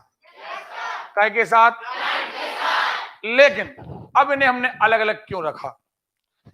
ये तीनों, खास तौर पर ये दोनों, इनमें ज्यादातर जातियां एक कोश की हैं, माना पूरा शरीर एक कोशिका का ही बना है। और कवक ऐसा है कि एक कोश की भी होता है और बहुकोश की। पहली बात, ये मोनेरा जगत बहुत छोटे जीव हैं, लेकिन इनकी कोशिकाएं प्रोकैरियोटिक होती हैं, यानी ये वो जीव हैं छोटे छोटे, ये अलग डिपार्टमेंट बना दिया गया जिनकी कोशिका अविकसित प्रकार की है। दूसरा ग्रुप आया प्रोटिस्टा, इसके अंतर्गत एक कोशिकीय जीव आए, लेकिन वो जीव आए जिनका शरीर यूकैरियोटिक कोशिका से मिलकर बना है, यानी विकसित कोशिका से मिलकर बना है। अरे क्लियर है? अब किसका नंबर आया? आवाज नहीं आ रही है? अब नंबर आया है कवक का, ठीक है। नंबर कवक का आया है। कवक एक ऐसी जाति है जिसमें क्लोरोफिल नहीं होता, क्लोरोफिल लेकिन कोशिका भित्ति होती है, यानी काय में आएगा पाद, ठीक है। और ये भोजन को चूसते हैं, भोजन को ज्यादातर ये बीमारियां फैलाते हैं, लेकिन कई सारे कवक हमारे भोजन के रूप में भी काम में आते हैं। कई सारे कवक हमारे लिए फायदेमंद हैं, कई सारे कवक हमारे लिए, तो कई सारे नुकसानदायक भी है। एक दो तीन बेसिकली समझ में आए? ये एक कोशिकीय जीव है, प्रोकैरियोटिक। एक कोश की जीव है यूकैरियोटिक है। ये कौन है? कवक यानी फफूंद है। इनमें कोशिका भित्ति है लेकिन क्लोरोफिल ओके। एक कोशिकीय से लेकर बड़े आकार बहुकोशिकीय तक होते हैं। ये पौधे हैं जंतु, इनका तो हम अलग से पढ़ेंगे। अब आ जाते हैं इसको मोनेरा। हम ज्यादा टाइम बर्बाद नहीं करेंगे क्योंकि जहां से क्वेश्चन आने हैं हमें वो लाइन पकड़ना है। अरे क्लियर है? इनके अंतर्गत सभी प्रोकैरियोटिक जीव, पहले नाम रट लो 5 प्रकार के। पहला क्या नाम था? आवाज नहीं आई है। पहला नाम था मोनेरा। मोनेरा जगत यानी वो सारे जीव रखे जाएंगे इसमें। अरे क्लियर है? काय में रखे जाएंगे? जिनकी कोशिका कौन सी है? प्रोकैरियोटिक है। पक्का? चलो प्रोटिस्टा यूकैरियोटिक है। कवक क्लोरोफिल नहीं है। एक कोशिकीय भी है बहुकोशिकीय भी है। प्लांटी 5 प्रकार के मोनेरा, प्रोटिस्टा, कवक, पादप और जंतु। हम जंतु हैं, बंदर जंतु है, शेर जंतु है, आया ना? पेड़ पौधे, पादप, फफूंद, कवक है। और जो एक कोशिकीय जीव हैं वो या तो मोनेरा है या प्रोटिस्टा है। ठीक, अब आगे मोनेरा पर प्रोकैरियोटिक आते हैं। इसके अंतर्गत बैक्टीरिया और एक्टिनोमाइसीट्स। बैक्टीरिया ज्यादातर काय में आएंगे? मोने काय में आएंगे। अब एक बात और है, हमने आपसे कहा मोनेरा, प्रोटिस्टा और कवक। मोनेरा, प्रोटिस्टा और कवक, इनको हमने अलग अलग बांटा, लेकिन फिर भी कोई ओवरऑल पूछ ले कि कहां, तो पा दो। क्योंकि ज्यादातर बैक्टीरिया में क्लोरोफिल पाया जाता है। ज्यादातर बैक्टीरिया में, जिन बैक्टीरिया में क्लोरोफिल नहीं पाया जाता तो बैक्टीरिया में कोशिका भित्ति होती है। क्या होती है? और अगर दोनों में से एक गुण भी है तो वो क्या है? पादप। वो क्या है? यानी इनकी स्टडी हम कहां करते हैं? पादप। ठीक है? आर्कियो व्यक्ति, साइन व्यक्ति, नील हरित शैवाल। अब ये शैवाल यानी काई, ये एक कोशिका से लेकर बड़ी कोशिकाओं तक होते हैं। ठीक है? देखें, बैक्टीरिया सर्वाधिक प्राचीन जीव है। सबसे पहले क्या बने थे? बैक्टीरिया। ये पर्यावरण, मृदा, वायु, पादप, जल तथा जंतुओं में व्याप्त होते हैं। जीवाणु यानी बैक्टीरिया अलग अलग आकृतियों में मिलते हैं। ठीक है? देखिए, इन कोशिकाओं की कोशिका भित्ति म्यूरिन, पेप्टाइडुलन और म्यूकोपेप्टाइड की बनी होती है। जीवाणु की कोशिका भित्ति में ग्राम धनात्मक, ये सब चीजें नॉर्मल है। कोशिका भित्ति के अंदर जीवद्रव्य होता है। सीधी बात, इसके अंदर कोशिका भित्ति होती है। ठीक है? सामान्य गुणसूत्र नहीं पाए जाते, डीएनए पाया जाता है, हिस्टोन प्रोटीन से जुड़ी होती है, सारी चीजें ये फॉर्मल है। ठीक है? बैक्टीरिया की खोज ल्यूवेनहॉक, जीवाणु के विज्ञान का पिता ल्यूवेनहॉक को कहा जाता है। तपेदिक के जीवाणु की खोज तथा रोग का टीका जन्म सिद्धांत पर बताया गया है। ठीक है? रेबीज का टीका और दूध का। ठीक है? ये पास्चुराइजेशन कहलाता क्या है? पास्चुराइजेशन, देखो बैक्टीरिया क्या होता है, आप देखते हैं दूध से दही का बनना, एक्चुअली ये बैक्टीरिया के कारण होता है। तो आप देखेंगे जब हमें दूध से दही बनाना हो तो हम सोचते हैं कि दही बन जाए, यानी कई सारे बैक्टीरिया हमारे लिए फायदेमंद होते हैं, कई सारे बैक्टीरिया हमारे लिए नुकसानदायक होते हैं। अरे क्लियर है? कई सारे बैक्टीरिया फायदेमंद हैं, कई सारे बैक्टीरिया कैसे हैं? नुकसानदेह हैं। दूध से दही का जमना बैक्टीरिया के कारण होता है, लैक्टोबैसिलस। कौन सा? अरे क्लियर है? बैक्टीरिया एक ऐसी चीज है जो सामान्यतः ना तो हाई टेम्परेचर पर खत्म होते हैं, आप दूध को उबाल भी दो तब भी अगले दिन दूध फट जाएगा, दूध को ठंडा भी बहुत कर दो तब भी फट जाएगा। क्यों?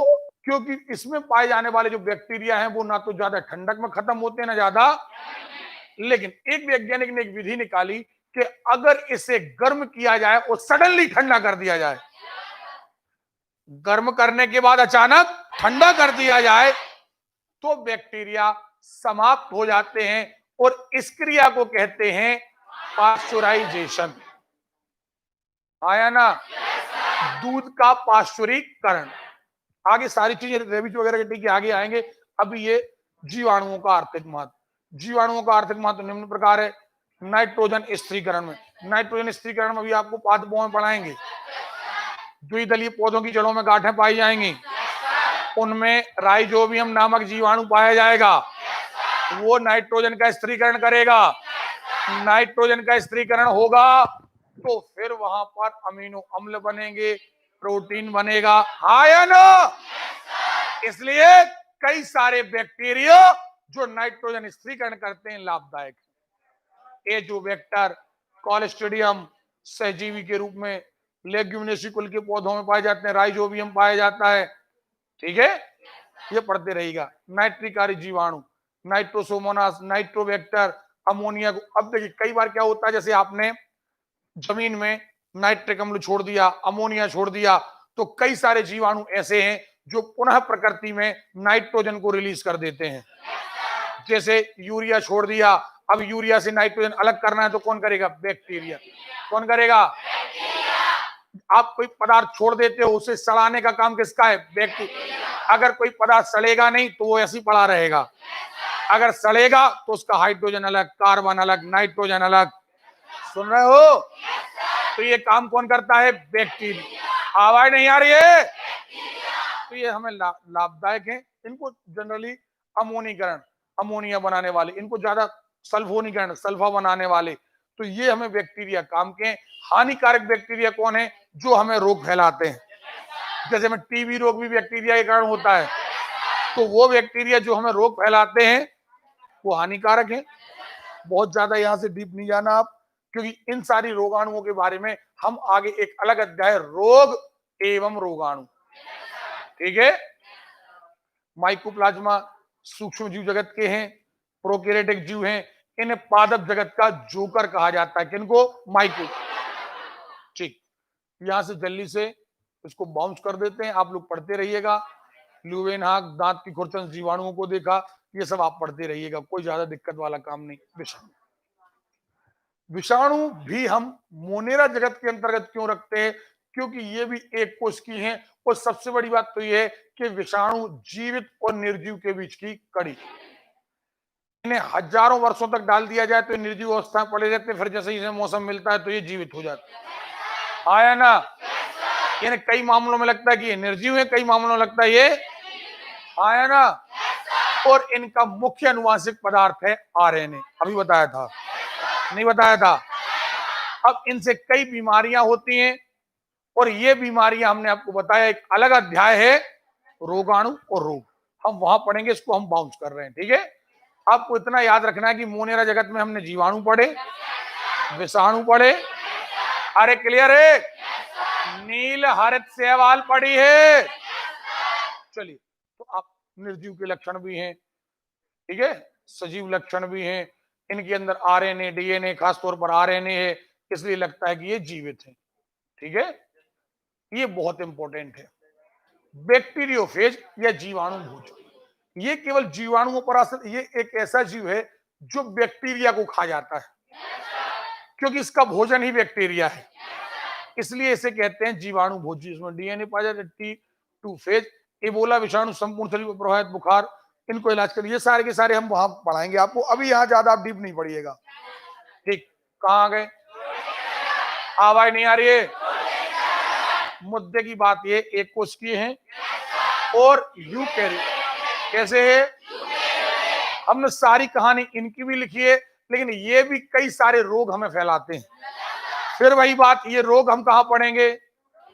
अलग एक अध्याय में। ठीक है, तो प्रोटिस्टा जगत में इतना बताना बहुत इंपॉर्टेंट है कि एक कोशिकीय है और ठीक, ये आप लोग थोड़ा सा पढ़ते रहिएगा। इनमें हम ज्यादातर बिल्कुल लास्ट में हम वहां चर्चा करेंगे परजीवी के बारे में, कहीं निंद्रा रोग के बारे में, हाँ है ना। देखो इसमें ज्यादातर प्लाज्मोडियम वगैरह आते हैं, तो वहां पर हम इनकी चर्चा करेंगे। देखो अब ये आगे प्लाज्मोडियम, मलेरिया कौन से फैलता है? प्लाज्मोडियम से। तो प्लाज्मोडियम जो है वो एक्चुअली इस जगत का है। अरे क्लियर है? नहीं आ रही बात सुनिए, किस जगत का है? काय का है? ठीक है, चलिए ये कर, हाँ ये इंपॉर्टेंट है, ये इंपॉर्टेंट है। खिंच के बढ़े आप जरा 5 मिनट, यहां से क्वेश्चन आते हैं। हो गए आप लोग? कवक की मुख्य विशेषता ये है कि इसकी कोशिका भित्ति है, लेकिन क्लोरोफिल, यानी ये अपना भोजन स्वयं नहीं बना सकता। यानी एक बात तय है, ये अपने भोजन के लिए दूसरों पर आश्रित रहता है, वहां से चूसता है, सड़े गले पदार्थों से लेता है। तो पहली बात तो ये परजीवी है, पैरासाइट है, क्योंकि ये अपने भोजन के लिए किस पर निर्भर है? पहली बात। दूसरा, ज्यादातर फफूंद अपना भोजन सड़ी गली और मृत चीजों से प्राप्त करते हैं। अगर ये परजीवी तो है ही, साथ में कई सारी जातियां इसकी मृतोपजीवी है। मृतोपजीवी माने मरने वाली चीजों से प्राप्त करती हैं। सही है? ये कई जगह लाभदायक भी है और कई जगह बहुत हानि। अब इसे पढ़ते हैं जरा। इसकी ज्यादातर जानकारियां मैं आपको बता चुका।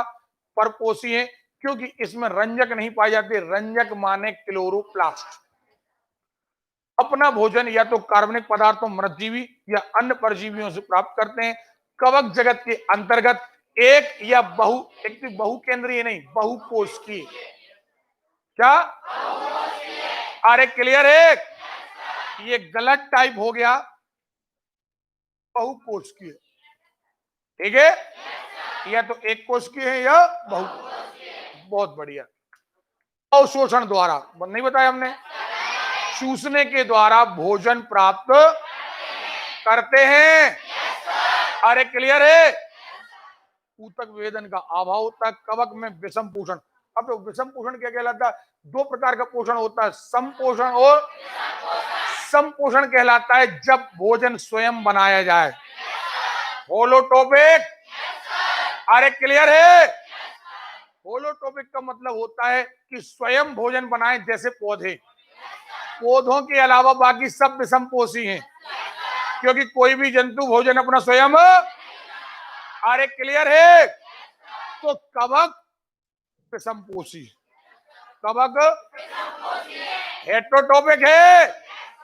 अरे क्लियर है? पहली बात विषमपोषी है, परजीवी है और मृतोपजीवी है। कैसा है? जरा बोल लो यार। ओके, देखे इनमें पर्णहरिम, वही बात, क्लोरोफिल, क्लोरो का अभाव है, परजीवी है, कई जगह सहजीवी। हाँ एक बात और, ये सहजीविता आगे आएगा। सहजीविता में क्या होता? पार्टनरशिप। कवक कई सारे पौधों के साथ पार्टनरशिप कर लेता है।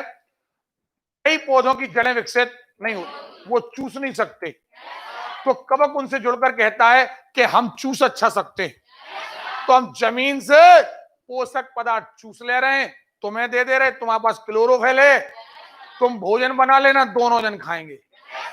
अरे क्लियर है? इसे कहते हैं सहजीवी। तो कवक विषमपोषी तो है ही, परजीवी तो है ही, मृतोपजीवी तो है ही, लेकिन कई जगह क्या है ये? अरे क्लियर है? जैसे ये काई माने सेवल के साथ पार्टनरशिप कर लेता है, तो इसे कहते हैं लाइकेंस। क्या कहते हैं? जब सेवल और कवक एक साथ पाए जाते हैं तो लाइकेंस कहते हैं। लेकिन कई बार बड़े पौधों की जड़ों में भी ये पाया जाता है। बड़े पौधों की, क्योंकि वो जड़ें दिखने में तो बड़ी होती हैं लेकिन चूस नहीं सकती।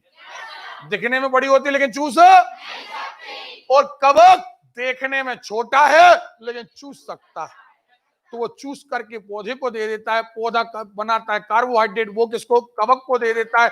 ये हो गई पार्टनरशिप। और यहां पर जब बड़ा पौधा और कवक आपस में पार्टनरशिप करते हैं तो ये कहलाता माइकोराइजा।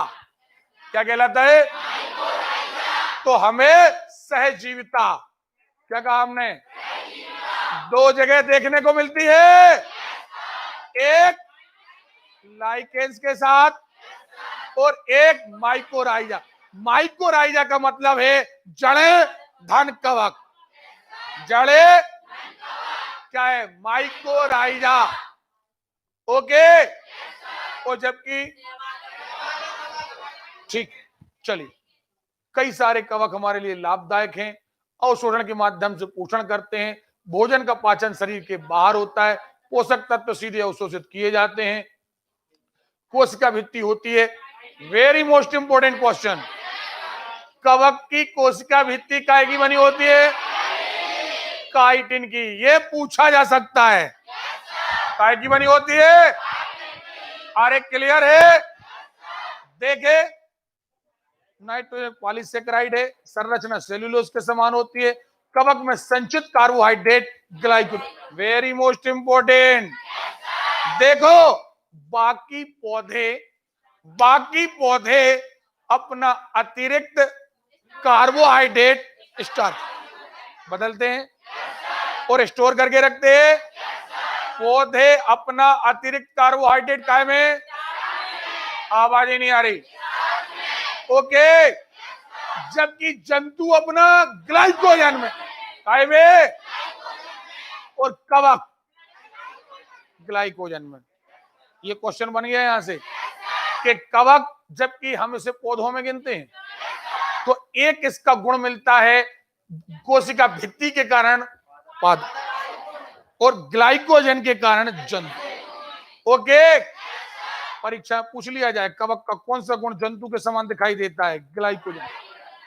ठीक, जहां से क्वेश्चन आते हैं वहां हम बिल्कुल स्लो लेकर चलेंगे, आपको बाउंस नहीं करा रहे हैं। मशरूम एक कवक है और इसका उपयोग हम सब्जी के रूप में करते हैं।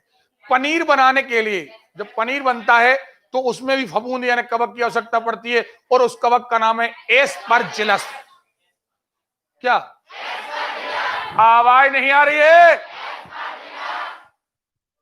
ईस्ट एक कवक है, किडवन, अभी बताया था किडवन, अनाक्सी श्वसन, और यहां बनेगा एल्कोहल। एल्कोहल शराब, बियर आदि बनाने में होता है। नाइट्रिक अम्ल का निर्माण एस्परजिलस द्वारा होता है। जिबरेलिन्स हार्मोन्स, ये पढ़ते रहिएगा। बेकरी उद्योग में भी इनका उपयोग होता है, नाम नहीं रटना ज्यादा। कवक के अध्ययन को माइक्रो, फिर वही बात, विषमपोषी हैं, यूकैरियोटिक हैं। कैसे हैं? प्रकाश संश्लेषी, क्योंकि इनमें हरित लवक, कवक की कोशिका भित्ति काय की बनी होती? अरे क्लियर है? भोजन को, ओके, चलिए आज देखो पेनिसिलिन, ये देखो पेनिसिलिन नामक जो प्रतिजैविक है वो काय से बनाया गया? कवक से। काय से? अरे क्लियर है? इसीलिए याद रखिएगा, सुनो, बहुत अच्छी इंपॉर्टेंट बात जो आपको काम में आएगी। कभी भी कोई टीका बनाया जाता है वो एक्चुअली उसी रोगाणु से बनाया जाता है जिस पर हमें काम करना है। क्यों? क्योंकि हमारे शरीर में वो चीज छोड़ दी जाती है, हमारे शरीर में एंटीबॉडीज पैदा हो जाती हैं और हमारे शरीर में लड़ने की क्षमता आ जाती है। अब मुद्दे की बात सुनो, जिसकी हम बात कर रहे हैं कि ये पेनिसिलिन नामक एक टीका बनाया गया, दवाई बनाई गई पेनिसिलिन, ये बनाई गई कवक से। ये कवक से बनाने के कारण, चूंकि कवक में पाई जाती कोशिका भित्ति, और इस कारण से ये दवाई कोशिका भित्ति पर काम कर जाती है। कोशिका भित्ति वाले जितने जीव होते हैं उनको यदि ये लगा दिया जाए तो उनको डिस्ट्रॉय कर देती है। अरे क्लियर है? अतः ये दवाई जो पेनिसिलिन है ज्यादातर बैक्टीरिया से होने वाली बीमारी, कौन सी बीमारी? होने वाली बीमारियों में काम आती है। अब आप कहोगे क्यों आती है? क्योंकि बैक्टीरिया में कोशिका भित्ति है। बैक्टीरिया में वो पेनिसिलिन काय पर काम करता है? कोशिका भित्ति पर। काय पर? इसलिए ज्यादातर ये हमें नुकसान नहीं पहुंचाता। जब इसे बैक्टीरिया मिलता है तो उसे नुकसान पहुंचाता। अरे क्लियर है? कई सारे लोग ये सोचते हैं कि दवाइयां इतनी आसानी से क्यों नहीं बन जाती, दवाइयां तो कल बन जाए। लेकिन दिक्कत की बात यह है कि सैनिटाइजर, अब हाथ में यदि कोरोना लगा हो तो सैनिटाइजर से पोंछ लो, खत्म। लेकिन अगर तुम्हारे फेफड़ों में पहुंच चुका हो तो तुम सैनिटाइजर पी नहीं सकते। क्यों नहीं पी सकते मालूम? क्योंकि ये जिस तरीके से आपके कोरोना की कोशिकाओं को खत्म कर सकता है, ऐसे तुम्हारी कोशिकाओं को भी खत्म कर सकता है। तो जब तुम्हारी खत्म, बात खत्म। ठीक है? तो इसलिए दवाइयां ऐसी बनाई जाती हैं कि जो शत्रु पर तो काम करें लेकिन हमारी कोशिकाओं पर काम, हाँ या ना? एक आगे रोग आएगा, हाशिमोटो रोग। थायराइड ग्रंथि के लिए दवाइयां खाई जाती हैं, वो दवाइयां ऐसी खाई जाती हैं कि पता चला ओवरडोज हो जाए तो वो ग्रंथि को ही खत्म कर देती। तो ये सारी चीजें सोच करके तो ये पेनिसिलिन जो है इसलिए फायदा कर जाता है क्योंकि ये मात्र बैक्टीरिया पर काम करता है, हमारी कोशिकाओं पर काम। अरे क्लियर है? और देखे एस्परजिलस, पनीर, बहुत ज्यादा इसका उपयोग है। ठीक है? तो यहां पर हमने कवक तक पढ़ लिया। कल हमारा बहुत लंबा टॉपिक रहेगा, देखें, पादप जगत। क्या रहेगा? ये देखिए, पादप जगत, जीवजंतुओं का वर्गीकरण, हम इसे पढ़ेंगे। ठीक है? स्लाइड दिखी नहीं आपको? ये देखिए, पादप जगत को हम टेलोफाइटा, ब्रायोफाइटा, टेरिडोफाइटा, आवृतजीवी, अनावृतजीवी, हाँ या ना, इनको हमें पढ़ना है कल। ठीक है? फिर इसके बाद हम आ जाएंगे जंतुओं पर। ज्यादा लंबे लेक्चर नहीं है लेकिन आपको तुरंत रिवाइज करते जाना है। याद रखिएगा, अभी जितने सारे लोगों को नोट्स लेना हो तो अभी थोड़े कम हैं, आपको बाकी के नोट्स मिलेंगे कल शाम वाले बैच में। ठीक है? एक निवेदन है भैया, सारे लोग किसी फोटोकॉपी की दुकान पर नोट्स छोड़ करके मत आना। अगर कोई फोटोकॉपी की दुकान वाला नोट्स बेचते पकड़ा गया, फोटोकॉपी करते, तो उसकी फोटोकॉपी की दुकान तो हम जब्त कराएंगे ही। और यदि उसने ये बताया कि आपका स्टूडेंट आया था और नोट्स यहां छोड़ के गया था, सो हम बेच रहे हैं। क्योंकि आप कई सारे लोग केवल ये सोचते हैं कि फोटोकॉपी वो एक्चुअली किसी संस्था का मटेरियल है, उसको बनाने में कई टाइपराइटर लगे हैं, कई सारा समय लगा है। इसलिए याद रखिएगा, यदि ये हरकत पाई गई कि आप किसी फोटोकॉपी वाले के यहां एक छोड़ के आ गए और वो फोटोकॉपी करके बेच रहा है, तो दोनों की शामत आ जाएगी। आप जाने, हम क्लेम पूरा लंबा करेंगे जितनी हमारी इनकम है कि हमें इतने लाख का नुकसान हुआ, और हम कंप्रोमाइज कभी करते नहीं है। हमारे यहां रिवर्स गियर जैसी कोई चीज नहीं। कितने फास्ट चलते हैं पता है? सो ऐसी नौबत ना आए, कोई भी ऐसी हरकत नहीं करना। अगर कभी ऐसा हुआ कि आपने, आपकी फोटोकॉपी की दुकान है, आप बेचते पकड़े गए, या किसी और ने फोटोकॉपी, क्योंकि यहां पर मटेरियल का हम लोगों को टैक्स लगता है। ठीक है? आप नोट्स कल कलेक्ट कर लेंगे। तो आज आपको समझ में आ गया? बीमार हो आज आप लोग? ये थकान से क्यों आ जाती है? ज्यादा लेक्टिक हम लोग गया। फिर अभी अपन को एक काम करते हैं, आधा घंटा और ये निपटा लेते हैं। ठीक है? चलिए 2 मिनट बैठिए, आप इसको और निपटा लेते हैं। चलो निकल जाओ।